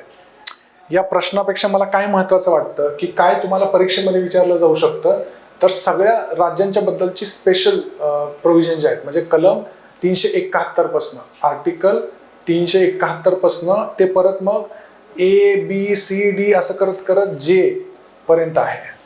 हे सगळं तुम्हाला माहीत असले पाहिजेत. आणि हे मॅच द फॉलोइंगला अनेक वेळा आयोगाने आपल्याला विचारलं सुद्धा आहे. MPSCच्या प्रिलिम्समध्ये आणि कंबाईनमध्ये पुढे सगळ्याच परीक्षांच्या मध्ये विचारलेलं आहे. म्हणजे 371A काय आहे, 371B काय, असं बघा. 371 हे महाराष्ट्राच्या बद्दलची तरतूद आहे, राईट. महाराष्ट्र आणि गुजरातच्या बद्दलची. मग तसं 300A काय आहे त्याचं तुम्ही एक ट्रिक बनवू शकता, राईट. तर तुम्ही सगळे हे जे स्पेशल काही राज्य आहेत त्यांच्याबद्दलच्या तरतुदी बघून घ्या. 371 ते 371J एवढ्या कलमांच्या मध्ये. आणि हे मॅच द फॉलोइंगला 100% विचारलं जातं. ओके. पुढचा प्रश्न आहे 88वा. राष्ट्रपतींना अंदमान निकोबार बेटाच्या बाबतीमध्ये आणि लक्षद्वीप केंद्रशासित प्रदेशाच्या शांतता, प्रगती आणि सुशासनासाठी विनियम करण्याचा अधिकार आहे. ते विधान बरोबर आहे. त्यानंतर दुसरं जे विधान आहे की राष्ट्रपतींना राष्ट्रपती विनिमयाने पुदुचेरीसाठी ही काही काढू शकतात, मात्र केवळ पुदुचेरी विधानसभा स्थगित किंवा विसर्जित केलेली असेल तेव्हाच, इतर वेळी नाही, असं त्यांनी विचारलेलं आहे. म्हणजे president may also regulate for Puducherry also but only Wien. तर हे विधान मात्र इथं आपल्याला चुकीचं आहे की त्याच्यावरती कुठल्याही केंद्रशासित प्रदेशामध्ये राष्ट्रपती कुठलाही विनियमन करू शकतात. ओके, त्यामुळे इथं उत्तर तुमचं ए असं असलं पाहिजे. 89वा प्रश्न आहे की संसदेला सर्व केंद्रशासित प्रदेशांच्या बाबतीमध्ये ब्रॅकेटमध्ये दिले दिल्ली आणि पुडुचेरी सोडून तिन्ही सूचीमधल्या विषयांवरती कायदे करण्याचा अधिकार आहे. तर लक्षात घ्या की पार्लिमेंट हा union list, state list, concurrent सगळ्यांमध्ये करू शकतो. मग दिल्ली आणि पुडुचेरी तर मुळात युनियन टेरिटरी आहेत, राईट. मग स्टेट्समध्ये करू शकतात आणि युनियन टेरिटरीमध्ये का करू शकत नाही? लॉजिक आहे. त्यामुळे ते विधान चुकीचं आहे. सगळीकडे पार्लिमेंट तसं करू शकते. दिल्ली आणि पुडुचेरी यांच्या नायब राज्यपालांना अध्यादेश काढण्याचाही अधिकार आहे. असा अध्यादेश काढण्यासाठी त्यांना राष्ट्रपतींच्या सूचनेची गरज नसते. हे ॲब्सोल्युटली चुकीचं आहे. राष्ट्रपतीच्या सूचनेनुसारच ते अध्यादेश काढू शकतात. तर दोन्हीही विधानं इथं आपल्याला चूक आहेत. 90वा प्रश्न आहे पुढे. परत कलमाचा प्रश्न आहे. कलम एक तर तुम्हाला माहीत असतील किंवा माहीत नसतील. एक आहे 244 अन्वये अनुसूचित क्षेत्र आणि आदिवासी क्षेत्र स्थापन करण्याची तरतूद करण्यात आलेली आहे. हे विधान बरोबर आहे. दुसरं जे विधान आहे की आसाम, मेघालय, त्रिपुरा आणि मिझोरम हे सगळे राज्य आदिवासी क्षेत्राच्या प्रशासनाबाबत 5व्या अनुसूचीमध्ये आहेत असं सांगितलं. या 4 राज्यांसाठी 6वी अनुसूची आहे. त्यामुळे दुसरं विधान इथं चुकीचं आहे. आपलं उत्तर ए करेक्ट असं असलं पाहिजे. ओके, 2 नंबरचं उत्तर असलं पाहिजे. 91वा प्रश्न आहे निवडणूक आयोगाच्या बद्दल, कॉन्स्टिट्युशनल बॉडीच्या बद्दल आहे. खूप महत्त्वाचं आहे. पहिलं विधान आहे की निवडणूक आयोग हा मुख्य निवडणूक आयुक्त आणि सरकार वेळोवेळी निश्चित करतील तेवढ्या संख्येचे निवडणूक आयुक्त यांना मिळून बनलेला असेल. सरकार नाही संख्या ठरवत, ते राष्ट्रपती ठरवतात. त्यामुळे विधान पहिलं चुकीचं आहे. त्यानंतर मुख्य निवडणूक आयुक्ताला पदावरून दूर करण्याचा पद्धत, त्याची कारणे हे उच्च न्यायालयाच्या न्यायाधीशाला पदावरून दूर करण्याच्या कारणांसारखी नसतात. ती सर्वोच्च न्यायालयाच्या जज सारखी असतात. त्यामुळे इथं दोन्हीही विधान चुकलेली आपल्याला पाहायला मिळतात. ए आणि बी दोन्ही पण चूक आहेत. त्यानंतर 92वा प्रश्न आहे लोकसेवा आयोगाच्या बद्दलचा. 1919च्या कायद्यामध्ये च्या तरतुदीनुसार 1926 मध्ये पहिल्यांदा केंद्रीय लोकसेवा आयोग स्थापन करण्यात आलं. बरोबर आहे मुद्दा. इतिहासामध्ये पण हा प्रश्न विचारला गेलेला आहे. प्रिव्हियस इयर क्वेश्चन आहे. 1935च्या कायद्याने संघ राज्य लोकसेवा आयोगाबरोबर प्रांतिक पण पहिल्यांदा स्थापन झाले. तर तोही मुद्दा बरोबर आहे, राईट. म्हणजे फेडरल कमिशन्स जे आहेत ते पण 1935च्या कायद्याने स्थापन झाले. आणि कलम 315 ते 23 दरम्यान या संघ आणि राज्य लोकसेवा आयोगांबद्दलच्या तरतुदी आहेत. कलम परत महत्त्वाचे आहेत. मी तुम्हाला सांगितलं की कॉन्स्टिट्युशनल बॉडीची पण कलम करणं खूप जास्त गरजेचं आहे. इथं आपल्या लक्षात येतं की तिन्ही विधानं बरोबर आहेत. तर आपलं उत्तर हे एक असलं पाहिजे, सर्व बरोबर. 93 बघा, कलम 338. आता याच्यामध्ये घटना दुरुस्ती झाल्या कारणाने म्हणजे 102 नंबरची जी घटना दुरुस्ती आहे त्याच्यामुळे आपल्याला हा प्रश्न खूप महत्त्वाचा आहे. म्हणजे तुम्हाला कलम 338 महत्त्वाचा आहे. त्यानंतर आर्टिकल 338A आणि 338B हे सगळं माहीत पाहिजे. 338 मध्ये काय सांगितलंय? National commission for ST, national commission for scheduled tribes आणि national commission for backward classes. आत्ताच याला 38B च्या नुसार आपण नॅशनल कमिशन फॉर बॅकवर्ड क्लासेसला घटनात्मक दर्जा दिलेला आहे. त्यामुळे याच्यावरती प्रश्न येणं अपेक्षित आहे, राईट. तुम्हाला माहीत असलं पाहिजे. प्लस या प्रश्नाला अनुसरून तुम्हाला 65वी घटना दुरुस्ती आणि 89वी घटना दुरुस्ती हे पण माहीत पाहिजे, राईट. पहिलं जे आहे की कलम 338 हे राष्ट्रीय अनुसूचित जातीच्या तरतुदी आहेत. बरोबर आहे. दुसरं विधान आहे की पहिले त्याचे जे अध्यक्ष होते आयोगाचे हे PL पुनिया असं होतं, तर ते चुकीचं आहे. PL पुनिया हे ॲक्च्युली तिसरे अध्यक्ष आहेत कमिशन फॉर बॅकवर्ड अनुसूचित जाती आयोगाचे. त्यामुळे ते विधान चुकीचं आहे. सी जे की हा आयोग अध्यक्ष, उपाध्यक्ष आणि 3 इतर सदस्य असतात, हे बरोबर. 3 वर्षाचा कालावधी असतो त्यांचा. तर तिसरं विधान बरोबर आहे. इथं आपल्याला ए आणि सी बरोबर हा असा आपला ऑप्शन असला पाहिजे. ओके. त्यानंतर 94 आहे सरकारी आयोगाची स्थापना 1987 मध्ये केली असं सांगितलंय. म्हणजे केंद्र सरकार आणि राज्य सरकारांच्या संबंधांच्या बद्दल काही समित्या नेमल्या गेलेल्या होत्या, त्या सगळ्या आपल्याला महत्त्वाच्या आहेत. पण सरकारी आयोग हा 83 मध्ये नेमलेला आहे, 87 मध्ये नाही. पहिलं विधान चुकीचं आहे. आणि त्यांनी एकूण 247 शिफारसी केल्या, हे विधान बरोबर आहे. राईट. तर बी उत्तर आपलं पाहिजे, बी बरोबर. पण याच्यामध्ये तुम्हाला ॲडमिनिस्ट्रेटिव्ह रिफॉर्म्स कमिशन 1966चं माहीत पाहिजे, आनंदपूर साहेब रिझोल्युशन माहीत पाहिजे, त्यानंतर पंच कमिशन माहीत पाहिजे 2007चं. ओके, हे सगळे केंद्र राज्य संबंधांच्या बद्दल स्थापन केलेलं आहे. ओके. त्यानंतर 95वा प्रश्न, वित्त आयोगाबद्दल खालील विधान विचारात घ्या. पहिलं सांगितलं की भारतीय राज्यघटनेचे कलम 280 हे वित्त आयोगाला निम न्यायालयीन दर्जा प्रदान करतं, क्वासी ज्युडिशियल बॉडी आहे असं म्हणतं. तर ते विधान बरोबर आहे. राईट. त्यानंतर आयोगाच्या सदस्यांची नेमणूक पंतप्रधानांच्या नेतृत्वाखाली मंत्रिमंडळ करत असतं, हे चुकीचं आहे. राष्ट्रपती करत असतात, पंतप्रधान नाही. तर दुसरं विधान चुकीचं आहे. आणि आयोग सदस्य हे पुनर्नेमणुकीसाठी पात्र असतात, हे विधान बरोबर आहे. म्हणजे ए आणि सी आपलं बरोबर असलं पाहिजे. एक मुद्दा इथे लक्षात घ्या, इकॉनॉमीमध्ये प्रश्न विचारलाय की राष्ट्रपती केव्हा स्थापन करतात फायनान्स कमिशन. तर पुस्तकांमध्ये आपण बघतो की साधारण 5 वर्षांनंतर, पण गरज भासल्यास 5 वर्षाच्या आधीही करू शकतात. हा प्रश्न विचारलेला आहे, तर नीट लक्षात ठेवा. त्यानंतर 96 क्वेश्चन आहे, कोणत्या खटल्यामध्ये सर्वोच्च न्यायालयाने मूलभूत हक्क आणि मार्गदर्शक तत्व ही एकमेकांना पूरक आहेत असं सांगितलं. तर मिनर्वा मिल्स खटला आहे 1980चा, त्याच्यामध्ये सांगितलेलं उत्तर तुमचा 2 असलं पाहिजे. त्यानंतर 97वा प्रश्न आहे बोमई खटल्याबद्दल, की कोणत्या खटल्यामध्ये सर्वोच्च न्यायालयाने मूलभूत हक्क 97वा SR बोमई विरुद्ध भारत सरकार या खटल्यामध्ये खालील विधान विचारात घ्या. तर बोमई हे कर्नाटकचे मुख्यमंत्री होते, त्यांचं सरकार बरखास्त केलं गेलं मेजॉरिटी नाही आहे म्हणून. त्यांनी गव्हर्नरला पत्र दिलं की मी मेजॉरिटी सिद्ध करू शकतो, सिद्ध न करू देताच त्यांचं मंत्रिमंडळ बरखास्त करण्यात आलं. म्हणून ते हायकोर्टामध्ये गेले, हायकोर्टातून सुप्रीम कोर्टात गेले, आणि मग सुप्रीम कोर्टाने हा खूप महत्त्वाचा अहवाल जजमेंट या केसमध्ये दिलेला आहे. तर पहिलं विधान आहे की राष्ट्रपतीने संसदेने मान्यता दिल्यानंतरच राज्य विधानसभा विसर्जित करावी, हे पहिलं त्यांनी सांगितलं. त्यानंतर if the parliament does not, दुसरं आहे की जर संसदेने घोषणेला मान्यता दिली नाही तर विधानसभा पुनर्जीवित करावी लागेल, हे पण विधान बरोबर आहे. आणि तिसरं जे विधान आहे की राष्ट्रपती राजवट लागू करण्याची योग्य ती कारणं सिद्ध करण्याची जबाबदारी केंद्राची असेल. प्रेसिडेंट रूलच्या बद्दल सगळ्यात महत्त्वाचा हा खटला आहे भारतामध्ये. तर त्यामुळे SR बोमई तुम्हाला माहीत पाहिजे, 1988 1989 मध्ये ते CM होते, आणि 1994 मध्ये हा खटल्याचा निकाल लागला. तसंच वरचा जो प्रश्न आहे 96चा जो प्रश्न बघितला आपण की मूलभूत हक्क वगैरे, त्याच्यामध्ये 2 अजून कायदे 2 जजमेंट लक्षात ठेवा सुप्रीम कोर्टाचे. ॲक्च्युली तिथं एक ऑप्शन आहे कूपर्स केस, त्याच्यावरनं मी सांगतो. कूपर केस आणि DC वाधवा केस, ह्या 2 ज्या काही जजमेंट्स आहेत सुप्रीम कोर्टाच्या, त्या अतिशय महत्त्वाच्या आहेत ऑर्डिनन्सबद्दल. DC वाधवा आणि कूपर खटला दोन्हीही तुम्हाला माहीत असले पाहिजे. या पुस्तकांमध्ये तुम्ही ते वाचू शकता.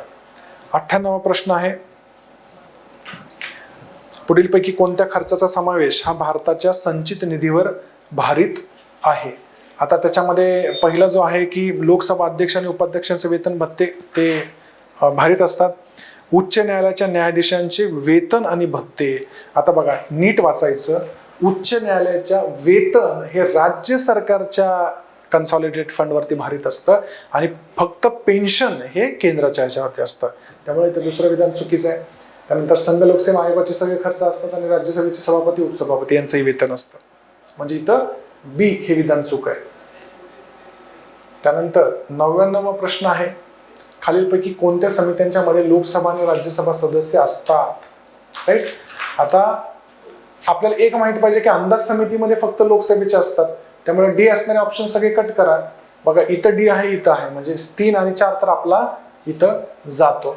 सी काय, स्थायी समिती, याच्यामध्ये पण असतात, 31 लोक असतात, त्यातले 21 लोकसभेचे आणि 10 राज्यसभेचे असतात. म्हणजे ABC हे आपलं उत्तर असलं पाहिजे. राईट. आणि शेवटचा प्रश्न आहे, भारताच्या महालेखापालांना डॅश यांच्या इतके वेतन मिळत असतं. आता याच्यामध्ये ॲक्च्युली अकाउंटंट जनरल झालेलं आहे 10व्या याच्यामध्ये. तर ते नेमकं काय म्हणायचं, कारण इथलं महालेखापाल आणि अकाउंटंट जनरल हे मॅचेस होत नाही, त्यामुळे उत्तर थोडा हा प्रश्न कॅन्सल आहे असं आपण गृहीत धरूया. पण कोणाचं विचारलं जाऊ शकतं तुम्हाला, तर एक तर कॅगचं विचारलं जाऊ शकतं की कॅगची सॅलरी कोणाची एवढी असते. ती पार्लिमेंटने डिटरमाइन केलेली असते, राईट. त्यानंतर सुप्रीम कोर्टाचे जज एवढी असते कॅगच्या बाबतीमध्ये असं सांगतोय. अटर्नी जनरलच्या बाबतीमध्ये जर तुम्ही बघितली तर त्यांचं वेतन भत्ता कॉन्स्टिट्यूशनमध्ये दिलेलं नाहीये. राष्ट्रपती जे ठरवतील तेवढा वेतन भत्ता त्यांना दिला जात असतो. ठीक आहे. तर अशा प्रकारे हा आपला पॉलिटीचा पेपर इथे संपतो. तर लक्षात घ्या, तुमचं अभ्यास पूर्णपणे व्हावा म्हणून हा पेपर असा घेतला गेलेला आहे. खूप मोठा होता, काही त्याच्यामध्ये खूप कलमं विचारली गेलेली असतील, पण पूर्व परीक्षेच्या बाबतीमध्ये नीट अंदाज तुम्हाला अजून घ्यायचा असेल तर प्रिव्हियस इयर क्वेश्चन सोडवत राहणं खूप जास्त गरजेचं आहे. जास्तीत जास्त PYQ सोडवले तर तुमच्या लक्षात येईल की पॉलिटीमध्ये काय विचारलं जाऊ शकतं. ठीक आहे, आपण इथेच थांबूया. थँक्यू.